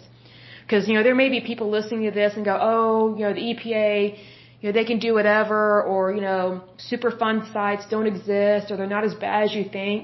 Yes, they are. We have a couple of them here in Oklahoma, and it's very serious. So just know that even as a Republican, I'm very concerned about this. So let me see what this one says about. It says the Newmark groundwater contamination site is a Superfund site located at the base of the San Bernardino Mountains in Southern California. The contamination was discovered in 1980 and resulted in the closing of 20 water supply wells and intensive cleanup efforts in the following years. More than 25% of the San Bernardino municipal water supply has been affected by the water contamination since its discovery. The source of the contamination is attributed to a World War II Army landfill and depot used from 1942 to 1947. Let's see, the Superfund site was the location of the U.S. Army's Camp Ano from 1942 to 1947, used for housing Italian prisoners of war, and was later converted to a truck and munitions cleaning site. Several of the solvents used in the cleaning process were later discovered to be toxic. The Newmark groundwater contamination site resides on part of a groundwater aquifer that supplies water to the sites of San Bernardino, Colton, Loma Linda, Fontana, Rialto, and Riverside. Many of the wells responsible for supplying water to these areas lay down gradient from the two contamination plumes that resulted from the pollution. In 1980, two volatile organic compounds, also known as VOCs, the two that they found was TCE and PCE, were discovered at the Newmark well fields. Exposure to PCE and TCE is associated with adverse health effects such as central nervous system, depression, neurological disorders, lung, kidney, and heart effects, and increased cancer risk. The federal standards for TCE and PCE require that all drinking water must be below 5 parts per billion, and levels discovered during the contamination were in the hundreds of parts per billion. Now, I just want you to be aware of something. When you're talking about the deterioration of the central nervous system, you're talking about your breathing, your heart rate, and also your brain.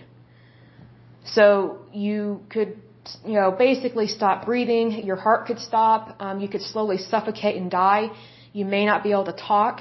There are so many things that are associated with the central nervous system, so that is very serious right there. So, it says here in 1993, the EPA took actions to pump and treat millions of gallons of contaminated water to control the spread of pollution plumes into other parts of the aquifer. The water was treated using conventional carbon absorption and is projected to take several more decades. It says here in 1996, the city of San Bernardino sued the federal government for the Army's involvement in the contamination of the groundwater. After an 8-year legal battle, the Army settled for $69 million to be used for continued groundwater treatment and cleanup. The city is required to use these funds to maintain the EPA's groundwater treatment facilities and to expand the city's water treatment plants. So obviously very serious there. Okay, the next California Superfund site is Norton Air Force Base Landfill Number 2. This one is located in San Bernardino County, California. It was added to the list, July 22nd, 1987. It says here, the Norton Air Force Base was a United States Air Force facility 2 miles east of downtown San Bernardino, California, in San Bernardino County. So again, San Bernardino County has a little over 2.1 million people in that area. The next California Superfund site is Camp Pendleton Marine Corps Base. It is located in San Diego County, California. It was added to the list November 21st, 1989. And this one, it says, Marine Corps Base Camp Pendleton is the major West Coast base of the United States Marine Corps and is one of the largest Marine Corps bases in the United States. It is on the Southern California coast in San Diego County and is bordered by Oceanside in the south. And let's see here, what else? Oh, hold on a second. Did I skip one? I probably did. I wonder if I skipped it. Okay. So, hold on a second. I think I skipped one. Sorry, I'm a little tired. Okay, so again, the Norton Air Force Base landfill is in San Bernardino, California. It was added to the list July 22nd, 1987. And it was a United States Air Force facility located 2 miles east of downtown San Bernardino, California. The next California Superfund site is Camp Pendleton Marine Corps Base, located in San Diego County, California. It was added to the list November 21st, 1989. It says here that this is a Marine Corps base, in San Diego County, bordered by Oceanside to the south. And San Diego County, let's see here, as of 2020, the census, it says the population is a little over 3.2 million people. So, San Diego, you have a Superfund site that's near you. The next California Superfund site is Treasure Island Naval Station, Hunters Point Annex. It is located in San Francisco County, California. It was added to the list November 21st, 1989. And let's see here. The Hunters Point Naval Shipyard was a United States naval shipyard in San Francisco, California, located on 638 acres of waterfront at Hunters Point in the southeast corner of the city. And let's see here, San Francisco as, let's see if it will tell me the population for that county. Fourth most populous. Okay, so it says, as of 2020, it has a little over 873,000 people in that area. So, San Francisco County, you've got another Superfund site. The next California Superfund site is McCormick and Baxter Creosote Company. It is located in San Joaquin County, California. It was added to the list October 14th, 1992. I don't have much information on that one. In terms of San Joaquin, again, their population as of 2020 is a little over 779,000 people. The next California Superfund site is Sharp Army Depot. It is located in San Joaquin County, California. It was added to the list July 22nd, 1987. Let's see what it tells me about this. It says it is Stockton Metropolitan Airport. Well, it was originally called Sharp Army Depot. Hold on a second.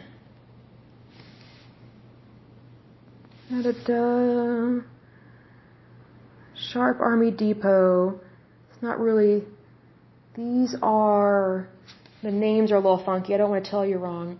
So it's telling me that it's called Sharp Army Depot, but it's called Stockton Metropolitan Airport. Is a joint civilian military airport 3 miles southeast of downtown Stockton, a city in San Joaquin County. So that's a little confusing about that one, the name and then where it's located. The next California Superfund site is Tracy Defense Depot. This is from the U.S. Army. It is located in San Joaquin County, California. It was added to the list August 30th, 1990. The next California Superfund site is Clau Buena Vista Mine. This one is located in San Luis Obispo County, California. It was added to the list April 19th, 2006. Let's see here. Let me see what it says about this one. Let's see. It's a Superfund site located approximately 12 miles west of Paso Robles, San Luis Obispo County, California. It consists of 2 abandoned mercury mine sites that are located on adjacent properties on a northwest and southeast ridge of the Santa Lucia Range in the California coastal mountains. Mercury mining and ore processing operations occurred at these mines between 1878 and 1970.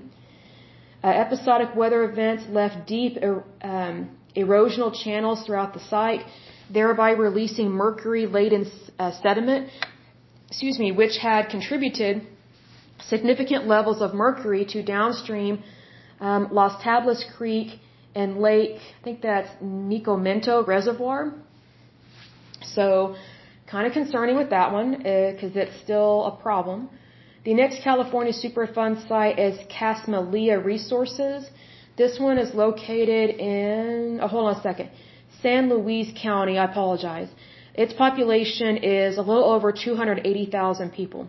The next California Superfund site is Casmalia Resources. This one is located in Santa Barbara County, California. It was added to the list September 13th, 2001. And this one, let me see what it says about it. It says this one, it was a 252-acre disposal facility located in the hills near Casmalia, California. During its operation, 4.5 billion pounds of hazardous waste from up to 10,000 individuals, businesses, and government agencies were dumped on site. The facility was closed in 1989 and is now listed as a Superfund site. Well, guess what? When you dump a bunch of stuff there, that's what's going to happen. And the county of Santa Barbara, let's see here, as of 2020, they have a little over 440,000 people living in that area. The next California Superfund site is Advanced Micro Devices. This one is located in Santa Clara County, California. It was added to the list June 10th, 1986. And this one is Advanced Micro Devices is an American multinational semiconductor company based in Santa Clara, California that develops computer processors and related technologies for business and consumer markets. Let me see if it tells me anything about their Superfund site. Probably not, if I had to guess. Let's see. As of yet, I'm not seeing where it talks about it. Some of these I just get real concerned with the fact that it's almost like they're just able to conduct any type of business. I just don't get that. It's like once they get a permit, it's like they can almost do whatever they want. And I don't agree with that. That's just kind of weird. But, okay, so in terms of Santa Clara, that's a county in California. As of 2020, they have a little over 1.9 million people. The next, let's see, California Superfund site, again, is Advanced Micro Devices, Inc., but it's Building 915. And this one was listed, let's see, August 30th, 1990. The next California Superfund site is Applied Materials. This one, again, is located in Santa Clara County, California. It was added to the list July 22nd, 1987. Let me see what it says. Applied Materials, Inc. is an American corporation that supplies equipment, services, and software for the manufacture of semiconductor integrated circuit chips for electronics, flat panel displays for computers, smartphones, televisions, and solar products. So interesting when it's talking about semiconductors, but yet they have a Superfund site. I just wonder what they did to really pollute the environment. I just don't know. But again, they are located in Santa Clara, which has a little over 1.9 million people in that county. Okay, so the next California Superfund site is CTS Printex Inc. It is located in Santa Clara County, California. It was put on the list February 21st, 1990. The next California Superfund site is Fairchild Semiconductor Corp. Mountain View Plant. It is located in Santa Clara County, California. It was added to the list February 11th, 1991. Let's see here. Fairchild Semiconductor International, Inc. was an American semiconductor company based in San Jose, California. Founded in 1957 as a division of Fairchild Camera and Instrument, it became a pioneer in the manufacturing of transistors and integrated circuits. Schlumberger bought the firm in 1979 and sold it to National Semiconductor in 1987. Fairchild was spun off as an independent company again in 1997. It talks about their acquisition, but it doesn't really tell me why they have a Superfund site, which is always concerning to me, and it doesn't tell me anything, so who knows why it's not really readily available. The next Superfund site, again, is Fairchild Semiconductor Corp., the South San Jose plant. Again, this is located in Santa Clara County, California. It was added to the list October 4th, 1989. The next California Superfund site is Hewlett Packard. Let's see, here is located in Santa Clara County, California. It was added to the list February 21st, 1990. Let's see, and Hewlett Packard Company, commonly known as HP, was an American multinational information technology company headquartered in Palo Alto, California. It says here, HP developed and provided a wide variety of hardware components. So I don't know why they have a Superfund site, but that's kind of concerning. Because I just wonder, like, what kind of toxic waste do they have access to that it would be such a problem? The next California Superfund site is Intel Corp., the Mountain View plant. This one is located in Santa Clara County, California. It was added to the list June 10th, 1986. It says here, Intel Corp., stylized as Intel, is an American multinational corporation and technology company headquartered in Santa Clara County, California. It is the world's largest semiconductor chip manufacturer by revenue. The next, let's see here, California Superfund site, again, is Intel Corp., but Santa Clara number 3. So it's located in Santa Clara County, California. It was added to the list June 10th, 1986. The next California Superfund site is Intel Magnetics. It is located in Santa Clara County, California. It was added to the list June 10th, 1986. It says Intel Corp., or it's again Intel, but it's Intel Magnetics. Doesn't really tell me much about their Superfund site. The next California Superfund site is Intersil Inc. Siemens Components. It is located in Santa Clara County, California. It was added to the list August 30th, 1990. Let's see here. Siemens AG, or hold on. Intersil is an American semiconductor company headquartered in Milpitas, California. As of February 24th, 2017, Intersil is a subsidiary of Renesas. That's very interesting. The previous Intersil was formed in August 1999 through the acquisition of the semiconductor business of Harris Corporation. I just wonder why, when you're talking about semiconductors, why is this a problem? Like, how are they having a Superfund site? I don't get that. And in case you're wondering, I need to stand up for a little bit, and I need to close the blinds in my apartment because it is now getting late. But I don't want to quit on you in terms of this lovely podcast, but I do need to close my blinds because the sunlight is no longer coming in. So let me get that situated. And I'll also be probably having dinner soon. But anyway, I just don't understand why technology firms would have a Superfund site. I don't get that. I just wonder, what did they do to the environment that they are, not only are they a Superfund site, but they have been put on the national priority list. I mean, I just wonder, what kind of hazardous material are they handling when dealing with computers? I don't get that. Because usually computers, there's not liquid stuff in there. I mean, most of it's just hardware and fiber optics and things like that, or metal. So I just kind of get concerned with that. But anyway, the next California Superfund site is Jasco Chemical Corp. That one is located in Santa Clara County, California. It was added to the list, let's see, October 4th, 1989. The next California Superfund site is Lawrence Barrel and Drum Company. That one is located in Santa Clara County, California. It was added to the list October 4th, 1989. The next California Superfund site is Naval Air Station Moffett, Moffett, is located in Santa Clara County, California. It was added to the list July 22nd, 1987.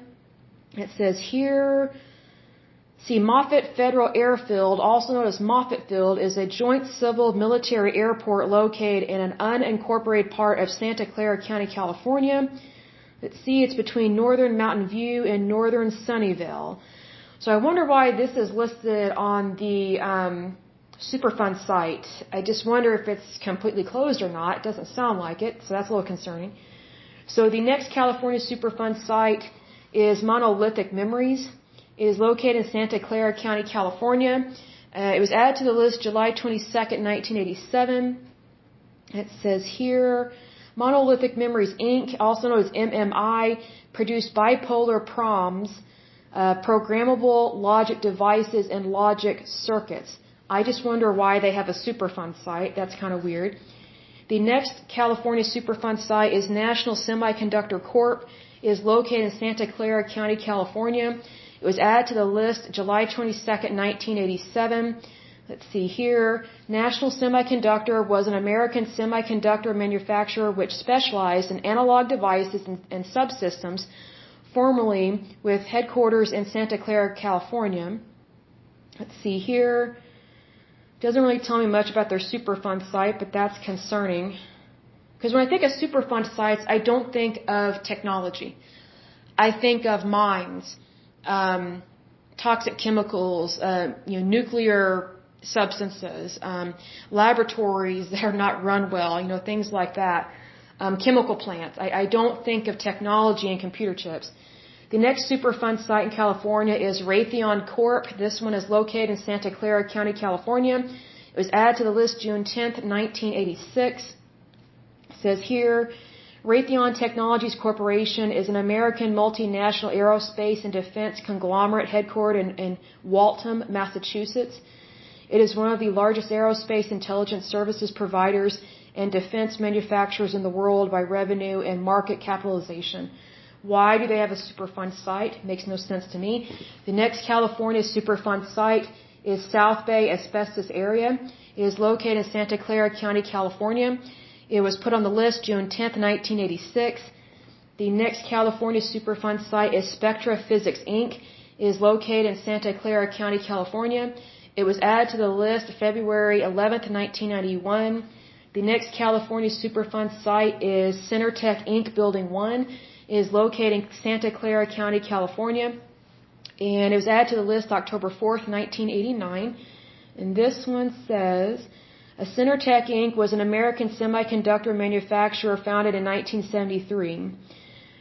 It doesn't really tell me why there's a Superfund site. The next California Superfund site is TRW Microwave, Inc., Building 825. That one is located in Santa Clara County, California. It was added to the list February 21st, 1990. It says here, TRW Inc. was an American corporation involved in a variety of businesses, mainly aerospace, automotive, and credit reporting. It was also a pioneer in multiple fields, including electronic components, integrated circuits, computers, software, and systems engineering. I don't know why they have a Superfund site. It makes no sense to me. The next California Superfund site is Teledyne Semiconductor. This one is located in Santa Clara County, California. It was added to the list July 22nd, 1987. This one, it says, Teledyne Technologies Incorporated is an American industrial conglomerate.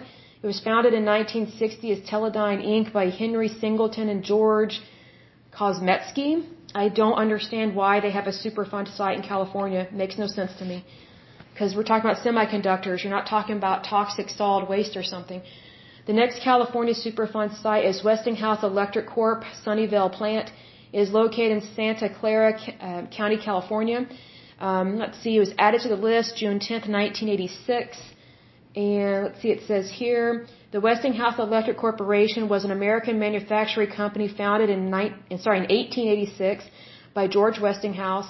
It was originally named Westinghouse Electric and Manufacturing Company and was renamed Westinghouse Electric Corporation in 1945. I don't understand why they have a Superfund site in California. Makes no sense to me. The next California Superfund site is Watkins Johnson Company Stewart Division Plant. This one is located in Santa Cruz, California, or Santa Cruz County, California. It was added to the list August 30th, 1990. And let's see here. It says Watkins Johnson Company was a designer and manufacturer of electronic devices, systems, and equipment. The company, commonly referred to as WJ, was formed in 1957 by Dean A. Watkins and H. Richard Johnson and was headquartered in Palo Alto, California. And then Santa Cruz, just FYI, as of 2020, their population is a little over 270,000 people. So you have a Superfund site in your area. The next California Superfund site is Iron Mountain Mine. This one is located in Shasta County, California. It was added to the list September 8th, 1983. It says here, the Iron Mountain Mine, also known as the Richard Mine at Iron Mountain, is a mine near Redding in Northern California. Let's see, geologically classified as a massive sulfide ore deposit. The site was mined for iron, silver, gold, copper, zinc, quartz, and pyrite intermittently from the 1860s until 1963. The mine is the source of extremely acidic mine drainage, which also contains large amounts of zinc, copper, and cadmium.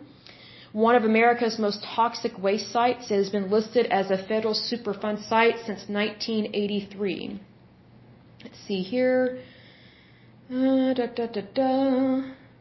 See here. Iron Mountain The first discovery of valuable mineral deposits was discovered by three men. In 1852, Thomas Jefferson Harrison, Robert Leon, and Stefan Alonzo Meek. It became known as Pumptown, later to become Buckeye. Gold was discovered in Quartz, and so it became known as Quartz Hill. All three men had mines on the hill. 1892, the three partners sold their claims to a company out of Chicago Quartz Hill Gold Mining Company. Let's see, it talks about how much it brought out of there. Okay. The site was mined by the Mountain Copper Company Limited, both underground, using open stope mining techniques, and at the surface in the form of open pit and slide hill mining. As a result, the mountain fractured and mineral deposits were exposed to oxygen, water, and certain bacteria, resulting in acidic mine drainage.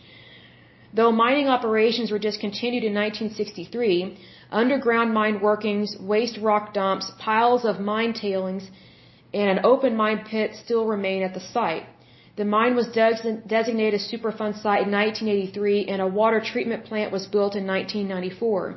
In 2000, the government reached a settlement with Aventis Crop Science, now part of Bayer, for the long-term funding of the cleanup efforts. Aventis, formerly known as Roan Palink, I think that's how you pronounce it, acquired Stauffer Chemical in 1987.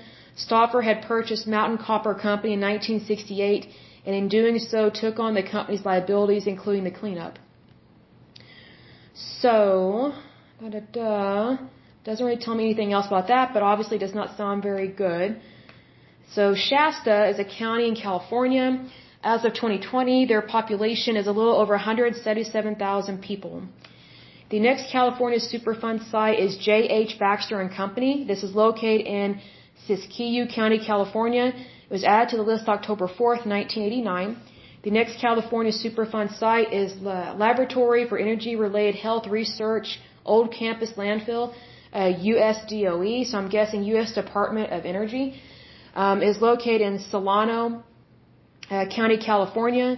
It was added to the list May 31st, 1994, and Solano has a population of a little over 453,000 people. Let's see, here it says the groundwater and soil contaminated with solvents, chemical waste, and radioactive waste. And FYI, the one before that, Siskiyou County, as of 2020, they have a little over 44,000 people there. The next California Superfund site is Travis Air Force Base. This one is located in Solano County, California. It was added to the list November 21st, 1989. And again, it's Air Force Base, so it's not going to tell us much about what happened. And Solano, it has, let's see, as of the 2020 census, they have a little over 453,000 people. The county seat is Fairchild. The next California Superfund site is MGM Brakes. It is located in Sonoma County, California. It was added to the list September 8th, 1983. Sonoma County, as of the 2020 census, has a little over 488,000 people living in that area. The next California Superfund site is Sola Optical USA. It is located in Sonoma County, California. It was added to the list February 21st, 1990. Let's see, the next California Superfund site is Modesto Groundwater Contamination. This one is located in Stanislaus County, California. It was added to the list, let's see, March 31st, 1989. And just FYI, Stanislaus County, as of 2020, has a little over 552,000 people in that area, and their county seat is Modesto. The next California Superfund site is Riverbank Army Ammunition Plant. Probably not going to tell us much about because it's dealing with the military. Let's see, they are in Stanislaus County, California. It was added to the list February 21st, 1990. The next California Superfund site is Valleywood Preserving, Inc. This one is located in Stanislaus County, California. It was added to the list March 31st, 1989. The next California Superfund site is Beckman Instruments, the Porterville plant. This one is located in Tulare County, California. It was added to the list June 10th, 1986. It says here Beckman Inc. is a Danaher Corporation company that develops, manufactures, and markets products that simplify, automate, and innovate complex biomedical testing. So, not really sure if that's referring to MRIs, CAT scans, I have no idea. But I don't understand why they have a Superfund site. And Tulare, that is a county in California. As of 2020, their population is a little over 473,000 people. Let's see here. Nothing else I can really see to talk about that one. So the next California Superfund site is Halaco Engineering Company. This one is located in Ventura County, California. It was added to the list September 19th, 2007. The Halaco Engineering Company operated a scrap metal recycling facility in Ventura County, California from 1965 to 2004. The state placed the facility on the California Hazardous Waste Priority List in 2007. Let's see why. The facility includes a smelter area, or that's probably one of the reasons, smelter area west and the waste management unit east of the Oxnard industrial drain. Attention was brought to the Halaco site through illegal waste disposal without permits. Further investigation yielded a discovery of harmful contaminants. Remediation of surrounding contaminated areas, including the wetlands, was complete in 2007. Restoration of the wetlands and management of the WMU are ongoing. Let's see. The Halaco Superfund site is a 43 acres non-ferrous metal recycling facility that operated primarily to process aluminum and magnesium metals from 1965 to 2004. The site is located on both sides of the Oxnard Industrial Drain, also known as OID, which flows through a perennial beach lagoon and wetlands adjacent to Ormond Beach that extends from Port Hueneme, Hueneme, to the northwestern boundary of Navy Base Ventura County at Port Mugu, MUGU. The degradation by dumping and agricultural uses dates back to the founding of Oxnard with the placement of the outfall from a 5-mile-long pipeline serving the sugar beet processing plant that operated from 1899 until 1959. The south edge of the Oxnard Plain has been attractive to industrial uses with 11 acres. Container board mill facility opening in 1955, immediately adjacent to the north alongside Perkins Road. The city of Oxnard waste water treatment plant is west across the street with an electrical generating plant that began commercial operation in 1971 just south along the beach. Prior to 1970, Halaco discharged wastewater into the Oxnard industrial drain and a small lagoon on the smelter property.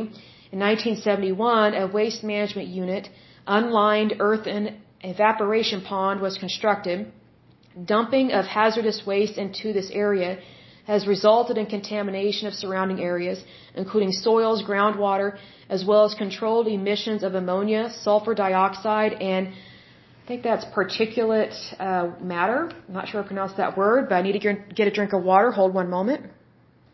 Okay, so it says coastal wetlands which are home to endangered species, including the snowy plover and the California least tern, as well as fisheries in the adjacent Pacific Ocean, have been affected by zinc, lead, ammonia, and arsenic. In 1979, the U.S. Army Corps of Engineers attempted to stop Halaco from dumping waste into the wetlands, but dropped the effort after the company sued. Halaco filed for bankruptcy and ended operations at the property in 2004. An estimated 700,000 cubic yards of waste remain on site. The property had become an encampment for homeless people when in 2017, the city council decided to dismantle and clean up the collection of makeshift homes. Another eviction and cleanup occurred in 2021. Those homeless people are being exposed to a lot of bad stuff. And that is not good. So it says here, the waste pile and associated surface impoundment currently contain approximately 700,000 cubic yards of waste. Preliminary site contamination investigations have revealed a combination of several metals and nuclides, including aluminum, arsenic, barium, beryllium, cadmium, chromium, copper, lead, magnesium, manganese, nickel, silver, zinc, cesium-137, potassium-40, thorium-228, thorium-230, and thorium-232. The culmination of these wastes led to contaminated air, groundwater, and soil risk. All of these factors caused minor concern for the well-being of nearby residents. Minor concern? I would think major concern. On September 19, 2007, the state of California placed the Hamaco Metal Recycling Facility on the California Hazardous Waste Priority List. Let's see.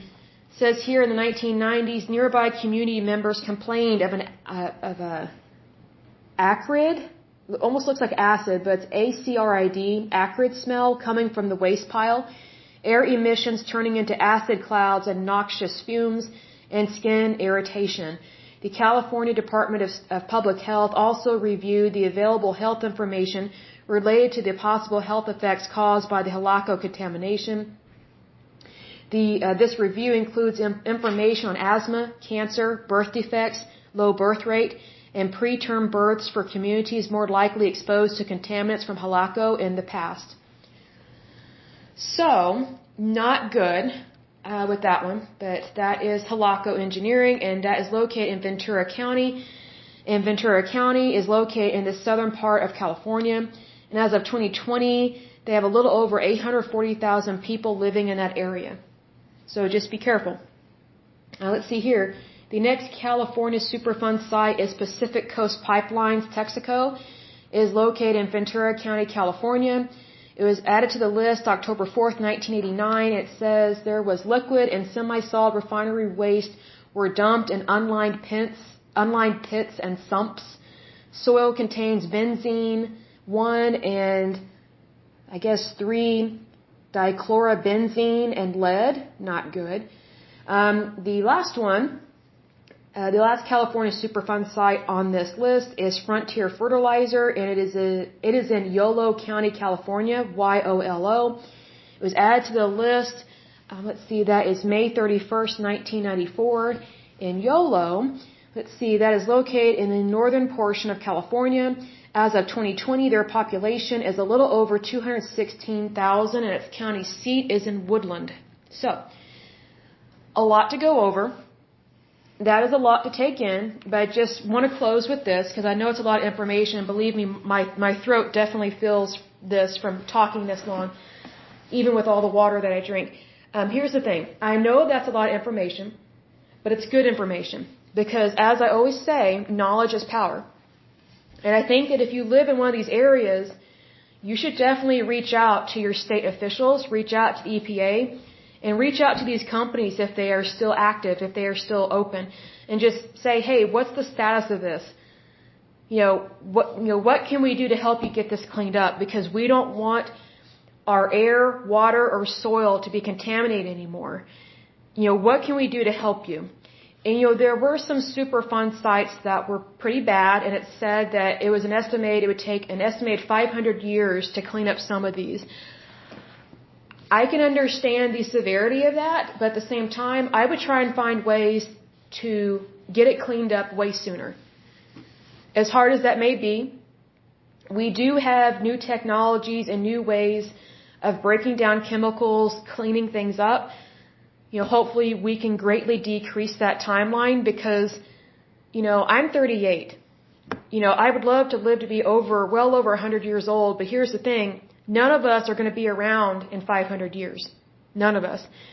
So these Superfund sites that are estimated to take 500 years to detox, it's not right to pass that on to the next 4 or 5 generations. I find that to be ridiculous.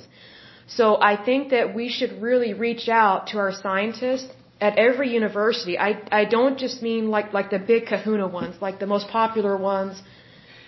Sometimes ideas come from people that you would never think to consult. It might be just a local university. There might be a really smart scientist that works at your local community college, but they have a great idea on how to handle this stuff. Not all research is funded or conducted by people who always get a grant from the federal government. There are so many bright people, even here in Oklahoma. because we deal with a lot of stuff here. And, it's just amazing to me, all the smart people I have met over the years here in Oklahoma. So by all means, whatever area you live in, do not downplay who your next door neighbor is or what schools you have in your area in terms of universities and community colleges. Those professors there are your ally. And they also have book knowledge and research knowledge that probably the average person does not have, that you and I may not have. If you have that knowledge, that is great. Share that knowledge. But I'm saying that the average person does not have the education level to handle this stuff. I know I don't. I'll be the first to admit I'm ignorant. I'm uneducated when it comes to this. I would not know technically the first thing to do when I get on a Superfund site. I'm guessing the first thing I would do is be in a hazmat suit. I mean, that's basically my knowledge of that. But I do not understand isotopes or stuff at the molecular level. Like, I don't have that knowledge of, like, the periodic table. And even though I did take chemistry, a lot of that stuff was over my head and out the window. That's not to insult myself or my intelligence, not by any means. It's just a fact. It wasn't my specialty. So I'm saying that if you live in these areas, really reach out to your local professors at your community colleges and your local universities, because they are the ones that are probably going to be more likely to listen to you. Because I can think about a time several years ago, I had an idea of how to treat and cure a disease. And so I reached out to a researcher that I thought would listen to me, but he could care less about my idea at all. I reached out to a researcher at a very well-known university up north, and the man could care less about me. He could care less about my ideas, and he's like, are you a doctor? No. Have you studied this? No. I was like, but I have an idea. I just want to know, has this ever been looked at? And he did not respond to me very well at all. Why? Because he's an elitist. So I'm saying that we really need to realize who's in our backyard, like who is close to us that can help us get a handle on these Superfund sites. Because yes, we talked about some really serious ones, but here's the thing. We have people that are really seriously educated on this. And they know what to do, but here's the thing. Sometimes the EPA doesn't reach out to the right people. And sometimes there's misappropriation of funds, they're dragging their feet on stuff, and they're like, oh, it's going to take 500 years. To me, that's not acceptable. Like, that's not acceptable for me to pass that down to my children. That's not good enough. I mean, we should at least try. So I encourage you, do check out your local universities, and especially your community colleges, and see if there are scientists there that, they're working there, and they may just be this secretly brilliant person, and it does happen.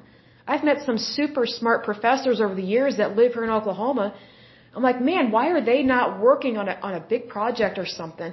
Well, guess what? It's because these bureaucracies and these higher ups, they don't want to listen to somebody that's, quote, from a hick town or from a hick state or from an unpopular area, or if you're not wealthy, you're not considered intelligent. Like there's all these stereotypes, right? I say get rid of the stereotypes, bring on the cures, bring on the treatments, bring on, good productive solutions. Let's really get a handle on this, because whatever we can do today will help people immediately and in the future.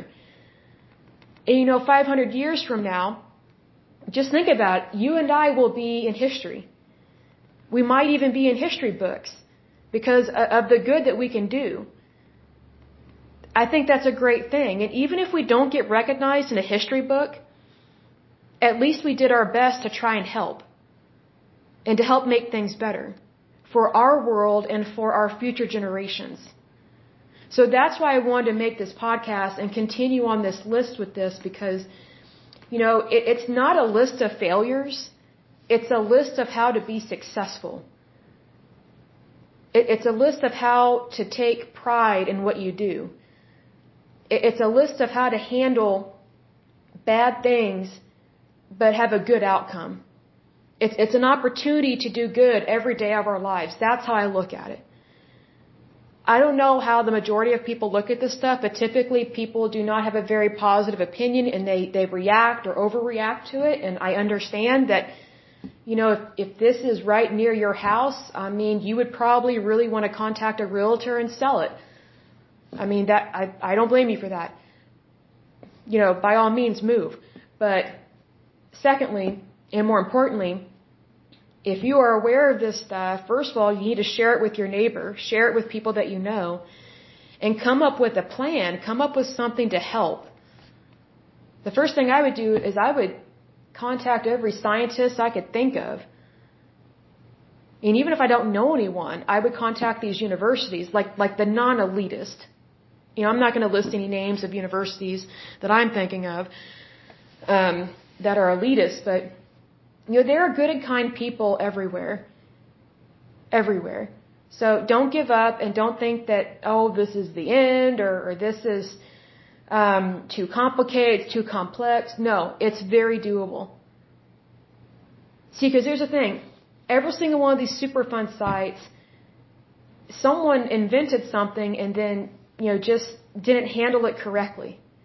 But now we know what to do. So just look at it as a way to invent something else, to invent a process, basically, that could help clean up other Superfund sites. It's an opportunity to do good, I guess is what I'm trying to say. So in terms of Superfund sites, let me see. Why not? Well, let's see. I'm kind of thinking of looking at Rhode Island because it's up in the Northeast. So maybe for the next one, we will take a look at Rhode Island and see what they have going on up there because I love Rhode Island. It's very beautiful. My family and I, we visited up there many years ago. I was a teeny bopper. Met some wonderful people, absolutely loved it, but we went to go see these different mansions up there. I forget what the families were called, but there were some very wealthy families in the 1800s and 1900s. They built these huge, beautiful houses up in Rhode Island. And I just thought, that is so fascinating. So we went to go see all those, and I'm glad that we did. It was the funnest trip ever. Just absolutely loved it. And I didn't know that grass could be so green. I really didn't.